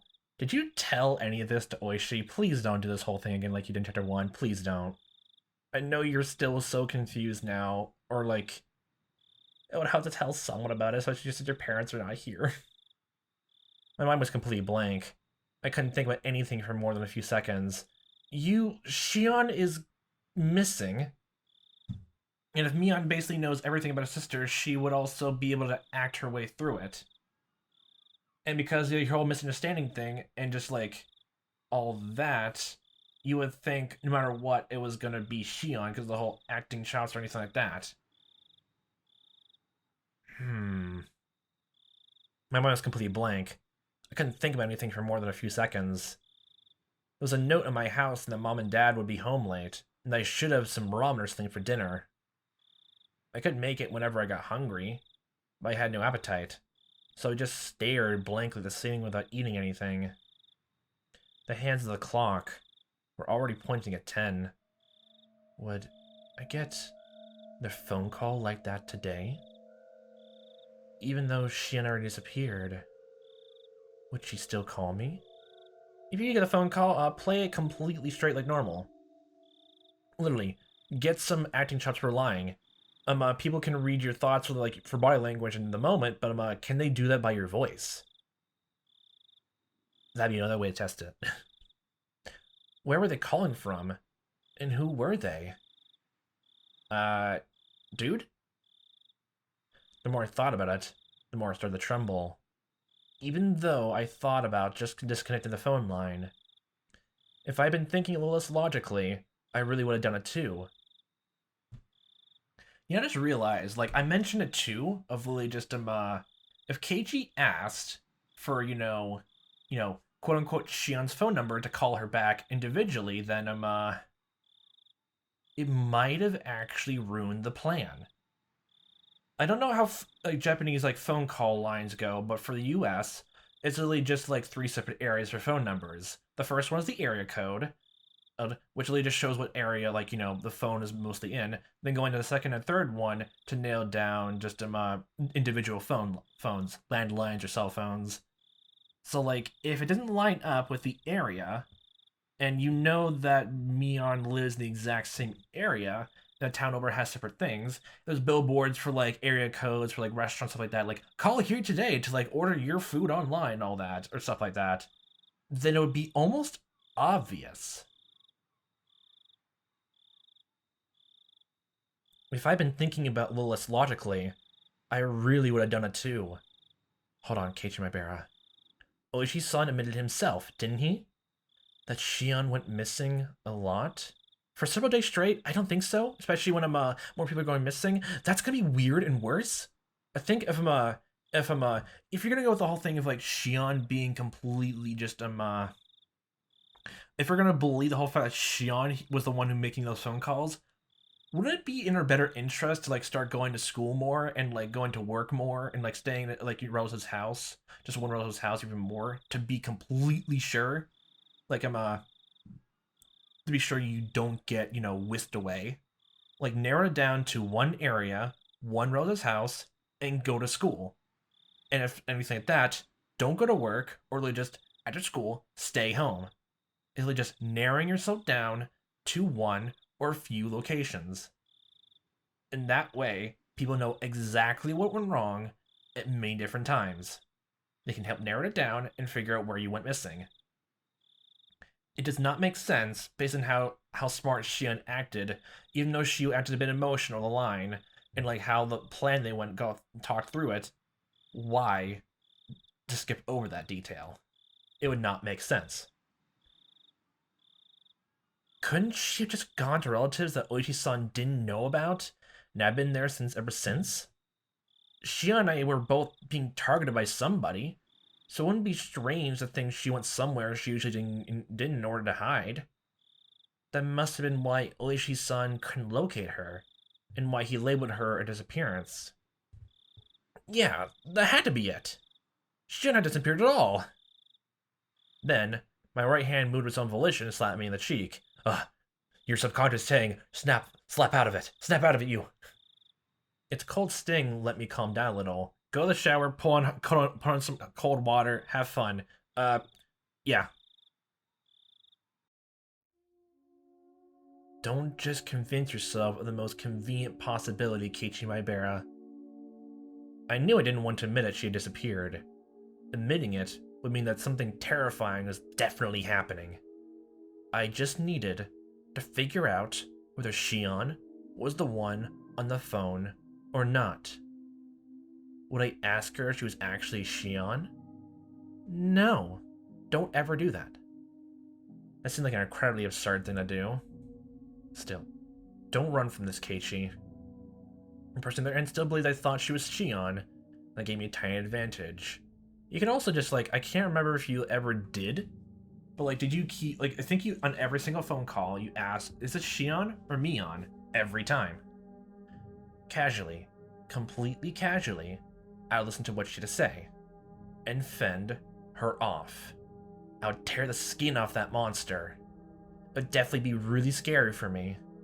However, as the last survivor, the people who went into the storehouse that night, This was my duty to perform. Still, then who? Who would call me and pretend to be Shion? I may have only heard her over the phone, but her voice shouldn't be that easy to replicate. That was definitely Shion's voice. It sounded just like her. It could have only been Shion. There was someone, though, wasn't there? Someone who sounded just like Shion. Mion. Who else could have done this? At this point, seriously, after all this time, all those little things that didn't quite make sense about Mion until now overwhelmed my mind. Like being questioned about sneaking into the ritual storehouse, and how she shook the ladder while spouting curses. Who else? Who else could have... Why, though? Why would Mion... I thought back to the things about the Shimazaki family that I heard from Oishi-san and Shion. Mion was always entangled in the incidents, in a position where she was omnipotent. Some of the information included things that Shion had told me after she disappeared. I madly scratched at my head. Courage. Give me the courage. Don't get drunk. Don't drink. Just a little bit of courage to pick up the phone. I know it'll ring tonight. It'll be so easy to run away. That, though, would be making this the same as making it easier for them to erase me. I cannot run. I must stand up and face it. After all, the next sacrifice would definitely be me. My next thought is if you're in a situation where, like, I'm in the phone call that something happened, or you feel like it's going in a direction that's really bad, like, literally instead, literally just, since it's a phone call, literally falsify and just make a fake knock on your door, and make it seem like your parents want to talk to you. That way you can easy out. And that way you can both pretend that your parents aren't home, that your parents are home, and they have an easy out to stop talking on the phone. Like, literally just label the very beginning of the phone call that my parents might be expecting to, like, use the phone later today, so, like, be wary, like, something like that.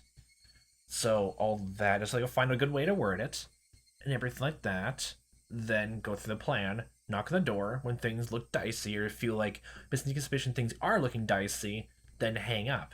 And the very second the only thing they wait, if they know your parents aren't home, then that way, the only way they want to continue the phone call and talk to you is to reveal part of their hand, in either way, in every situation.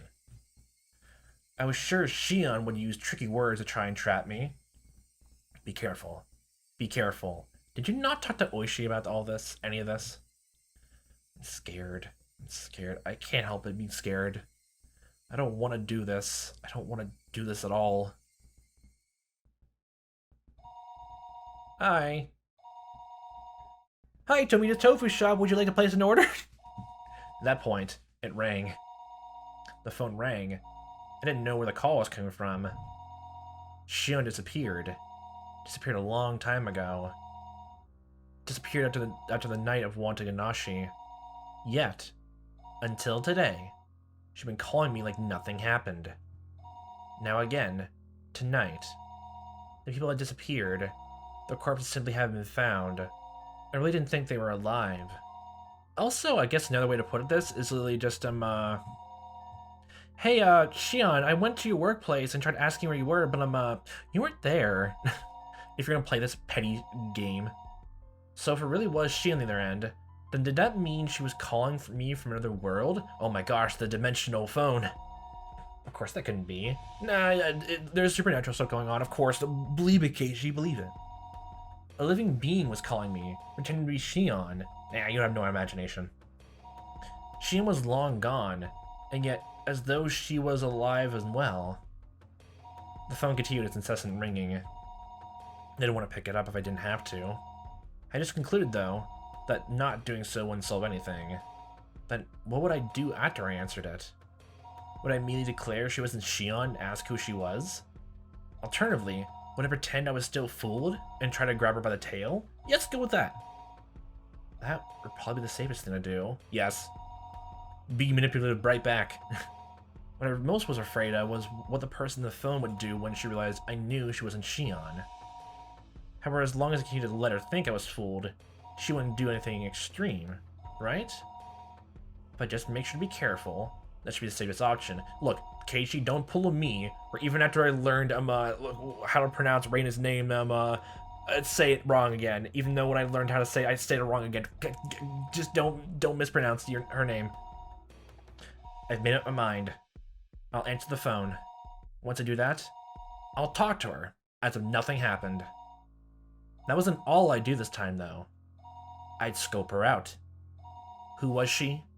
What was she thinking? And what was she after? Why was she doing this? Was she really the one who killed Tomataki-san and Takano-san? What happened to the mayor? What happened to Rika-chan and Sadako? I reach out for the receiver, my arm trembling. Man, you have a very long phone call waiting for you. I've been waiting for the voice answering machine to come on for quite a while. There are too many things I wanted to know. Too many things I wanted to ask. I was scared. First question to ask, did you hear about Sadako and Rika? Really just all that, pretend nothing is wrong. I should start by picking up the phone. Pick it up, Keiichi. Pick it up, Keiichi! Hello? Oh, how relieved I would have been if it wasn't having a call from Shion. Oh, Kei-chan? It's me. It's Shion. A momentary convenient and above all fleeting prediction was ripped into 1,000 pieces. I couldn't help shaking at this point. Get ready for this. It took a long time to pick up. I thought you weren't home and I was about to hang up. Oh, sorry. I was just in the bath. Did your family not pick up for you? Oh, fuck. Could your parents be out right now, Kei-chan? I failed. Oh my god. I lit her on a fatal piece of information. That was currently the only one at my house. Well, no, they're not really. Anyway. Have you heard? About Rika-chan Sadako? No. What happened to that? Were they found? Nah. They weren't found. Okay, that was a weird way to put it.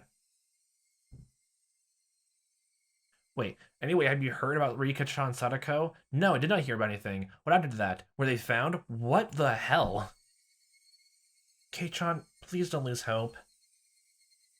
If only she saw it and had let me know, then I would allow myself to shed a tear or two Shion's considerate words. So now I come to this, I can take her words at face value. This person there ended the receiver. The more perfect as Shion they were, the more blood curdled in fear. Rika-chan and Sadako? They were kidnapped, weren't they? Yes, I don't think there's much doubt. Just how cruel and grave a meaning did those words hold? Their weight astonished me. Then a moment later, I was overcome with numbness that felt like I was about to pass out. I had asked if Rika-chan and Sadako had been kidnapped. She in turn had answered there wasn't much doubt. The cruel meaning behind her words. Rika-chan and Sadako were... No, I'm sorry. About the mayor, what do you think happened after he was kidnapped? You're... okay, Do you think he's still alive? What happened to Rika-chan and Sadako after they were kidnapped? This is... It's almost very subtle, but it feels like you're asking point blank what happened to them. Like, just about the culprit. That's what I wanted to ask, but I finally caught myself. When she gave me that question, a terrifying response in such a way to sound like it had nothing to do with her. I was scared of that, so I immediately brought up the mayor. It said however much I talked to the mayor, right? I think he was killed. Hey, wait. That was quick. I think it must be really hard to kidnap someone and keep them like they were. As long as they're not hostages, it would be more practical to kill them once you were done with them. Okay. The world sort of bends so much I almost lost my balance. Okay, get your closed phone, go to your room, lock all your doors, windows, garage door, have all fun with that. The scenery in my eyes whirled around and around like the hands of a clock. It tried to swallow me whole from below. I frantically put a hand on the wall to support myself. A moment later, a severe nausea welled up inside me. How was she saying such things so lightly? kill them? What the fuck? So readily? I mean, what's a human life or two anyway? It's a horrible thing, but what kind of music is this? Like, it's like... okay. Like, this sounds like something like I'm trying to do a verbal gambit with someone. I think that's probably what happened. The mayor was killed. Does that mean the same had happened to Rika-chan and Sadako? No, that couldn't. They weren't some random old man. It was Rika-chan. It was Sadako. They couldn't. They couldn't kill them so readily. It's probably better to think that Rika-chan and Sadako-chan ended the same way. Oh my god. Those are the words I wanted to hear the least. I fought them back with a scream of my own. Even though it wouldn't change anything, I still couldn't help but scream. This time, the tears flowed. I confronted with the most horrific outcome that I've been trying to avoid considering ever since last night, and I cried. I don't know if this music is appropriate here. There was no longer any doubt that it was my fault. I killed them. I killed Rika-chan and Sadako. I succumbed to the weakness of my own heart and confessed everything to Rika-chan. That's why they were killed. That meant I killed them. When Rika-chan looked at me with those innocent eyes, if only I hadn't given in. Well, that's the thing, you only called and I told about it, like... When did you make the phone call to Shion about this? Like, if it was exactly right then, like when they were having dinner and then they went to go get soy sauce, and there's people like keeping an eye and everything like that, are you saying that like when you told about like she made up a lie about like telling him that she had told the mayor about everything that happened, then you told everything that what happened to Rika in certain ways, like that was a cover-up?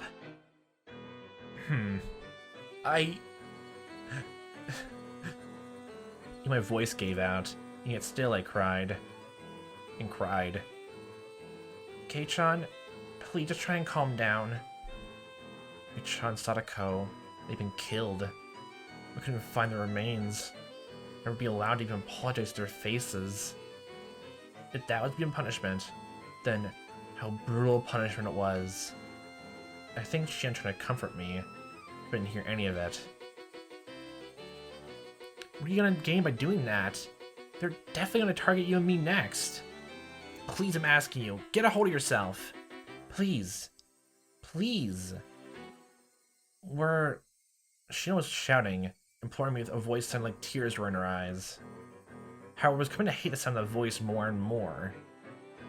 The Shion killed them. I had no doubts this person killed them. Why? Why? Why? Why kidnap someone and kill them? Screw curses. Are people's lives really that cheap? Erasing them and killing them without a second thought like this? You're right. You're absolutely right. I'll take a demon. I felt like crushing their seed from my hand. Okay, let's bring up my kanji and stuff like that. Okay. How long this person planned acting like it was someone else's problem? There was magma in the pit of my stomach. I felt like it was going to erupt any moment. Hey, Shion, please tell me. Why did Hinamizawa start needing someone to dine and want a Nagashi? That's what I'd like to know. The fighting over the damn product is already over and done with. Haven't the people been cursed already? Why is it? Why? There's no reason, then say it now. I was getting incoherent at this point. I wish I'd broken through the dam inside me, rushing forth, and I couldn't stop them. To be honest, like ever since, probably like this would be working way too much more, like way a lot convincingly too. Mian didn't come home, and this is her talking on the phone about it, and she already saw how broken up you were about Sadako and Rika like going missing. It all makes sense why you're breaking down even more too. These are not simple questions. This is an interrogation. Shion herself hadn't realized it yet. It was just too funny. It was so funny that I couldn't stop crying. I understand how you feel, Kei-chan, I really do. The damn wars ended a long time ago. Yet murders and disappearances keep happening every year under the guise of Oyashiro-sama's curse. Why? Why is it happening? Something had nothing to do with this, and some of them didn't deserve to be cursed, so why? Why? That's what I'm asking you. I want to know that as much as anyone. Both our ragged breaths can be heard over the phone. Listen, Oishirisuma's curse never existed. It's too unrealistic. Just like you said, some of the village is using the grand name of Oishirisuma's curse as a justification for continuing these murders and disappearances every once in Ganashi. If Reina has a hand in all this as well, then that actually explain like the whole like turn face as well in the chapter 1 actually. They were cunning. They've been using the curse as a convenient tool, made a system where they would get rid of 2 enemies in the village every year. And this year, that system killed Takano-san to Umetaki-san. Then why wasn't that enough? Why did Mayor Rikachan, and Sadako had to get killed too? I don't give a shit about the past. The only thing I care about is why Rikachan and Sadako need to be killed. Why is that? I didn't say a word to Sadako, you know. Why even her? Why? A silence fell between us. Shion didn't answer for a while. Kei-chan, please, stop being mean. A sob.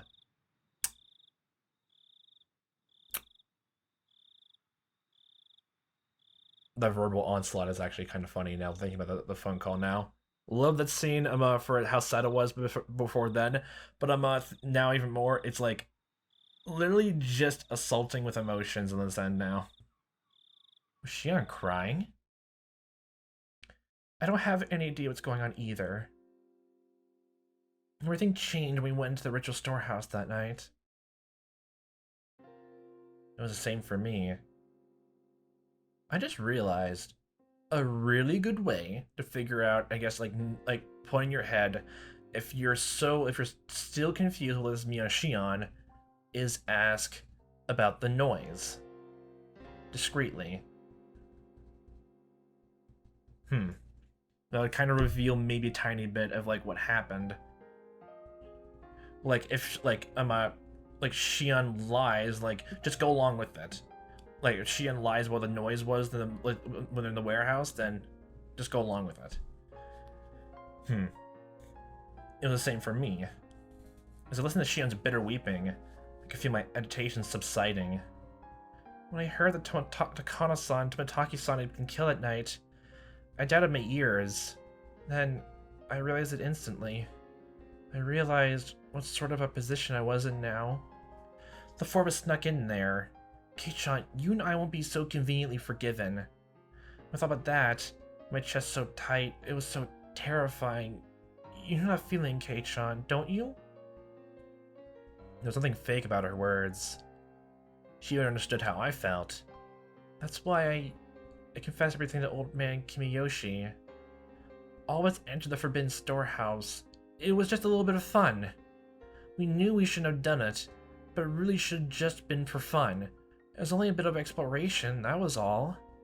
Takano-san and Mitaki-san, who went in with us, were killed shortly afterward. They met such miserable ends. Since that day, I've been living in fear of when I would be attacked. There's nobody except old man Kimiyoshi who would help me, so I asked him to save me. Old man Kimiyoshi, he wasn't mad. He smiled and said, "If you're really sorry, Shion-chan, then you'd never be demoned away." He really did smile at me and told me to leave it to him. Shion cried bitterly, recalling the beloved mayor's death. It was such a sad voice that none who heard it could prevent it from twisting their hearts. Again, I did let my emotions take over and go off at her. She was in the same situation as me. She should have been my one and only comrade. Please twist around your words right now. Thump. My heart pounded. My other self, deep within my mind, whispered to me, "Don't forget Keiichi Maebara. Don't forget about the mayor in the morning after Wanta Nagashi. He was told of Takano-san and Tomitaki-san's deaths over the phone, and committed to a meeting that evening. He went to a hospital appointment. He didn't tell his family. He only made it back just in time for the meeting. He went straight to the assembly hall. That's what Oishi-san said. When did you let the mayor know? Huh? I'm sorry, Shion. It must seem like I'm kicking you while you're down, but you told him, right? You told him and Kiyoshi, the mayor? Yes. When did you let him know? I'm gonna get scared of saying it loud or hearing her sad voice. I wasn't saying it was contradictory, though. Besides, there's a contradiction, and once Shion explained it to me. Like, if she asked why, like, just, since you put that in your head, just like, like, put in a whole way of, like, maybe figure out when, like, literally, like, word it all the way around to find the scene, find out if literally just, who was around. They just twisted to that. Twisted that, Keiichi. Did you know the mayor had a severe case of hemorrhoids? You're literally just putting it out there, okay. Had gone to the hospital for treatment? Kei-chan? What does that have to... Please answer me. You didn't know, then just say so. There was a momentary silence. After staring a few times, she replied, I knew that he had hemorrhoids. Looked like sitting down was really hard for him. He was going to the hospital. You know which hospital, right? I'm sorry, I don't know that much, but... Kei-chan, what has to do with... Shion didn't know what hospital the mayor went to. That meant it was impossible for her to have gone all the way to the hospital to confess everything. Then she didn't know his destination, and she obviously couldn't have seen him on the train either. If there was any other chance for her to contact him, it would have been after he came to Hinamizawa. The train, however, had been delayed. He only got back right before the meetings at the start. And if, okay, Keiichi, the best way to word all this afterwards is let Shion, basically, if she asks why you asked that, will you just go with the whole thing and just like, I just wanted to see if we can figure out if someone else was listening at the time. He didn't have time. There wouldn't have been enough time for him to listen to Shion spill the beans.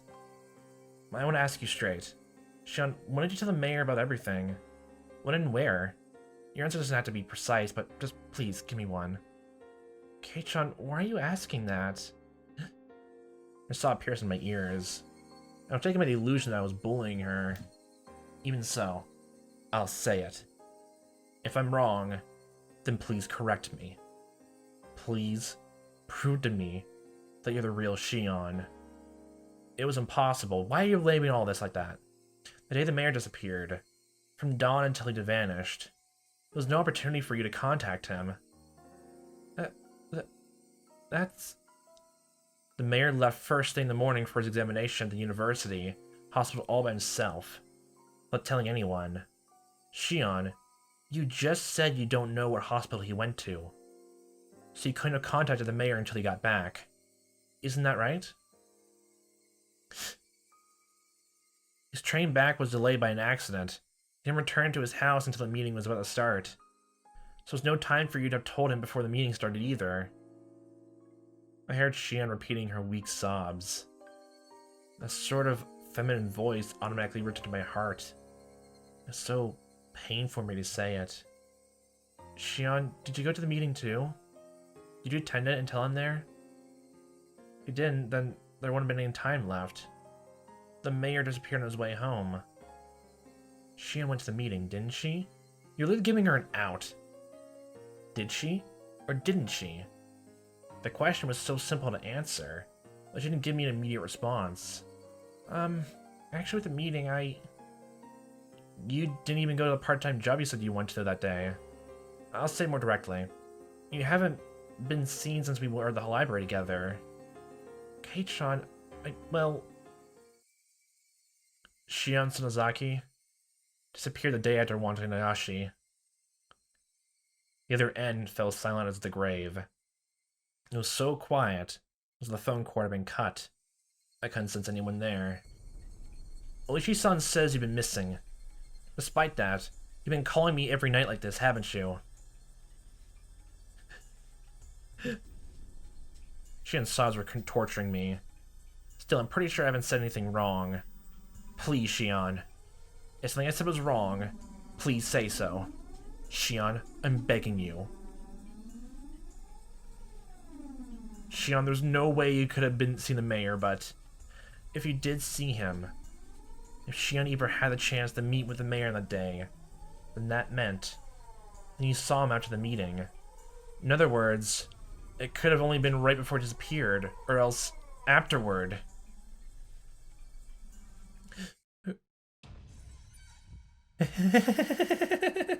Hi. Okay. Holy shit. Beep. Beep. Went the dial tone. Yay. Hi, Mion.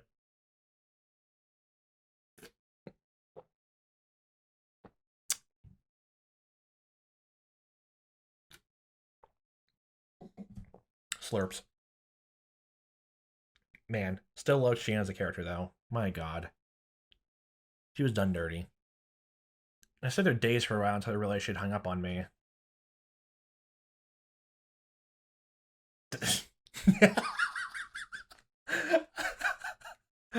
Well, there goes that. Oh my god.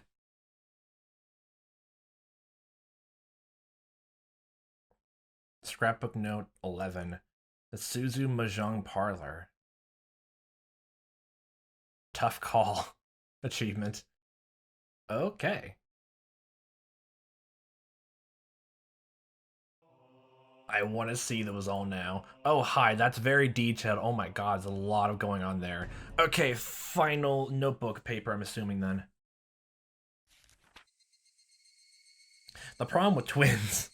Oh my god. This is not limited to just Hinamizawa, but in Onigafuchi village especially, the three families detested giving birth to twins as successors. Oh god. The long-term dictatorship built on the precarious balance of the three families must have feared collapsing under the weight of internal strife from things like family quarrels. And according to the literature, if twins were born, then they had to be culled. With that, the very fact that both the Sonozaki family's successor, Mian Sonozaki, have twin Shin are alive is in itself deeply interesting. Perhaps the current leader, Oryo, is sympathetic. Of course, the twins are not cared for equally. As the heir, Mion receives special treatment. From what I've heard, with the two of them looking exactly the same on the outside, a talent lies solely with Mion. My own observations of the two of them don't leave me with that impression. Tradition dictates that the leader of the Sonozaki family is said to inherit a demon, and they tattoo a magnificent one onto his or her back. And according to the tradition, there's an extremely high possibility that Mion has such a tattoo on her back. From what I've heard, there's apparently a magnificent demon tattooed on Orio's back as well. And then, I wonder what sort of tattoo belongs to the heir, Mion. I really want to see her back. Ominous. Very ominous. Okay. Alrighty then. Okay. Probably because of the same thing, that's why they live separately, they're not cared for equally. Oh my god. I feel even more terrible for Shion. God, Shion and Sadako are my favorites. God damn it. God fucking damn it. Reserved for the day, Suzu Mahjong Parlor. Wow, we golly. Clatter clack. Hey, Kuro-chan, you're the last one here. All the youngsters are here already. Excuse me, miss. When she handed over a convenience store bag with a carton of cigarettes in it, the old lady owned the Mahjong Parlor, and she shrewdly made herself scarce. She was used to this by now. So many things happening in the scene. Backgrounds. Oichi-san, good work today. Well, were you all earnestly waiting for me? You got this done 3-player. Everyone's seen the Mahjong tables in the smart parlor were Oishi's subordinates, but there are no tiles laid out anywhere. Everyone, I'd like to thank you for your days of investigation without sleep. Oh my god. Thank you! Energetic responses filled the parlor. Already, it had lost the atmosphere of a place of entertainment. The situation is not looking good. The chief appears to have backed down due to Congressman Sonozaki's threats. In the coming days, we'll hand up Takano's murder to the neighboring prefecture, and give the missing persons case of the disappearance of the mayor and the others to the community division. A damn upstart chief. The veterans in the room cursed him. All of our requests for rewards were turned out as well. I've been even told by our section chief not to go anywhere near the Sonozaki house. We're certainly in a bind, that we are. Incidentally, it looks like I'll be getting orders soon to go training in the Metropolitan Police Department starting next week. To that, I've been told to take a paid vacation in Izu. Izu, I think, actually, never mind. Well, as well as that ain't bad. He heard a few dry laughs. Wasn't anything to laugh about, but that was all they could do. This always happens, but incidents are a lot like locking your keys in the car. The keys you need to lock the door are always locked inside. Well, grab a sledgehammer, or a hammer, or a brick, and just smash your way through. For cars, you call the repairman, and they'll probably open your door. For incidents? Kuma-chan, show the map. Kuma guy flipped over the whiteboard. In the back was a map of the Sonozaki premises made with magnets. Did you just come to this parlor and just have your own little headquarters now? Okay, then. Now, I've been doing this job for a long time. I've got a lot of faith in my gut, but this could be the one time it was wrong, no? Anyone who was worried about their retirement money has until the count of 10 to get out of here. Oishi-san began to count to 10. Everyone counted along with them. 10, 9, 8, 7, 6, 1, 0. It was their famous 10-count resolution. 9, 10. Ah, no one's leaving. None of you love your families too much, is that it? Everybody laughed uproariously, cheering things up. I want everyone to go over their materials, memorize locations, and blind spots of all the security cameras. Kuma-chan, you'll stand by in the command's car. If something happens, you'll switch with me and take over. Komiyama-kun will head up Infiltration Team A. Atsushi-kun will lead Team B. Observation teams will set up at points 1 through 8. Monchi-kun, you're responsible for keeping a strict timetable. Control your rotation so HQ doesn't get wise. Now the team on standby has the most important job, alright? The section chief asks where I am. Play dumb. And escorting our guest. You can be sure I'll bring him to the venue, so wait patiently, everyone. The guest. I wonder if he'll cave. Keiichi Maebara, that is. What I've seen, we set for tomorrow or the day day after in that regard. It'll be easy.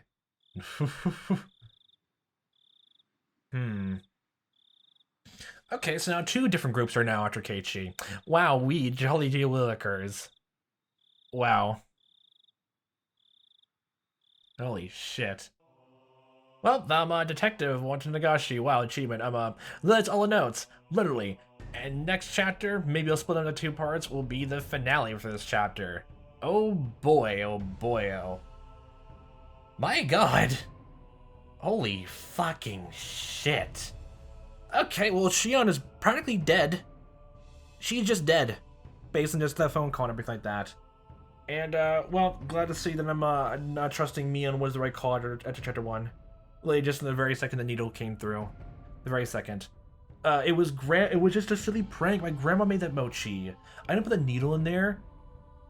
My grandma did. I'm trying to think now. Okay. If we're gonna take literally just Sonozaki family to have more of regarding being behind the incidences, or at the very least, only like the family is only behind these incidents that happen, or the deaths and disappearances that happen in this chapter, what exactly changed in terms of butterfly effect that urged on from all this to happen? The only thing that changed for this route was pretty much just Keiichi just talking to Shion, honestly, more just learning about just Angel Mort, everything like that. Unless like wondering if like terms of like all that whenever well obviously like Shion like skips school and all that, and like her workplace is like she goes to work after school happens around the times, then whenever Keiichi goes to talk to to Oishi and the Angel Mort, then yeah, it kind of all makes sense why they wouldn't see her there as well. Everything lines up really nice. And then the reason why like Mion is keeping a cool head around all this is because she really just wants to trick Keiichi about everything. But in terms of the first chapter, she doesn't need to do that. she can just threaten him completely. Nothing bad would exactly go wrong. And besides the trespassing incident, and literally just the reason why it makes sense why Oshi's trying to push even more Keiichi down is because she went missing the same day as the mayor, and he's pestering him to reveal something else before he dies. Although we already it was already shown chapter 1 that Oishi doesn't really care if Keiichi lives or dies. He just wants to make sure to close the Hinamizawa instance for good. That's literally all his motivation is. It happens to coincide with keeping Keiichi alive as an aftermath or just some hero thing. Then that's literally just a bonus. That's literally just all it is. And with the whole thing of it feels like the tattoo bringing up thing sounds like it literally just sounds like they're gonna finalize and show that off as, I guess, as oh yeah, I was always part of the Yakuza. It's in my blood. I'm a demon, Keiichi. I'm a monster. Mwahaha. Most likely. Anything like that. And then Keiichi didn't mention if he told anything to Oishi. But from the sound of that tip thing with Oishi, he didn't tell him a whole lot. Or was very, very vague about it. Probably didn't tell anything about Shion Revelation. Or Reynos in the sound of it. So that means, or literally, it's going the same thing chapter 1. They're skipping over what Keiichi both told Oishi, and now it's kind of being reverted back to appear in the second one as a dramatic loop around. So it's gonna be that. And Mion wasn't at school. Either Keiichi's gonna go missing over the night, or literally just the next day. The almost exact same day he died in the first chapter. And it's gonna be like this for each chapter, and just it makes sense thinking about learning that it's better to go through the chapters in order and number, even though they sound like they're both in their different things. They're definitely made with the premise in mind, and just keeping you understanding of what it is, but giving bits of information back to the characters so they know in terms of this alternate what if scenario. But still giving and spoon feeding other information by the other information. We never had to learn about Sonozaki's family being a crime Yakuza syndicate in the first chapter, because honestly Keiichi's been going through a lot, just trying to figure things out. It was already, and I guess you could say it was already implied that Oishi was suspicious of of both the friend group and also Sonozaki in particular because of her family. That's only revealed here in this chapter. So as it goes along, it's going to be revealing more and more information on each different character. And next is Sadako.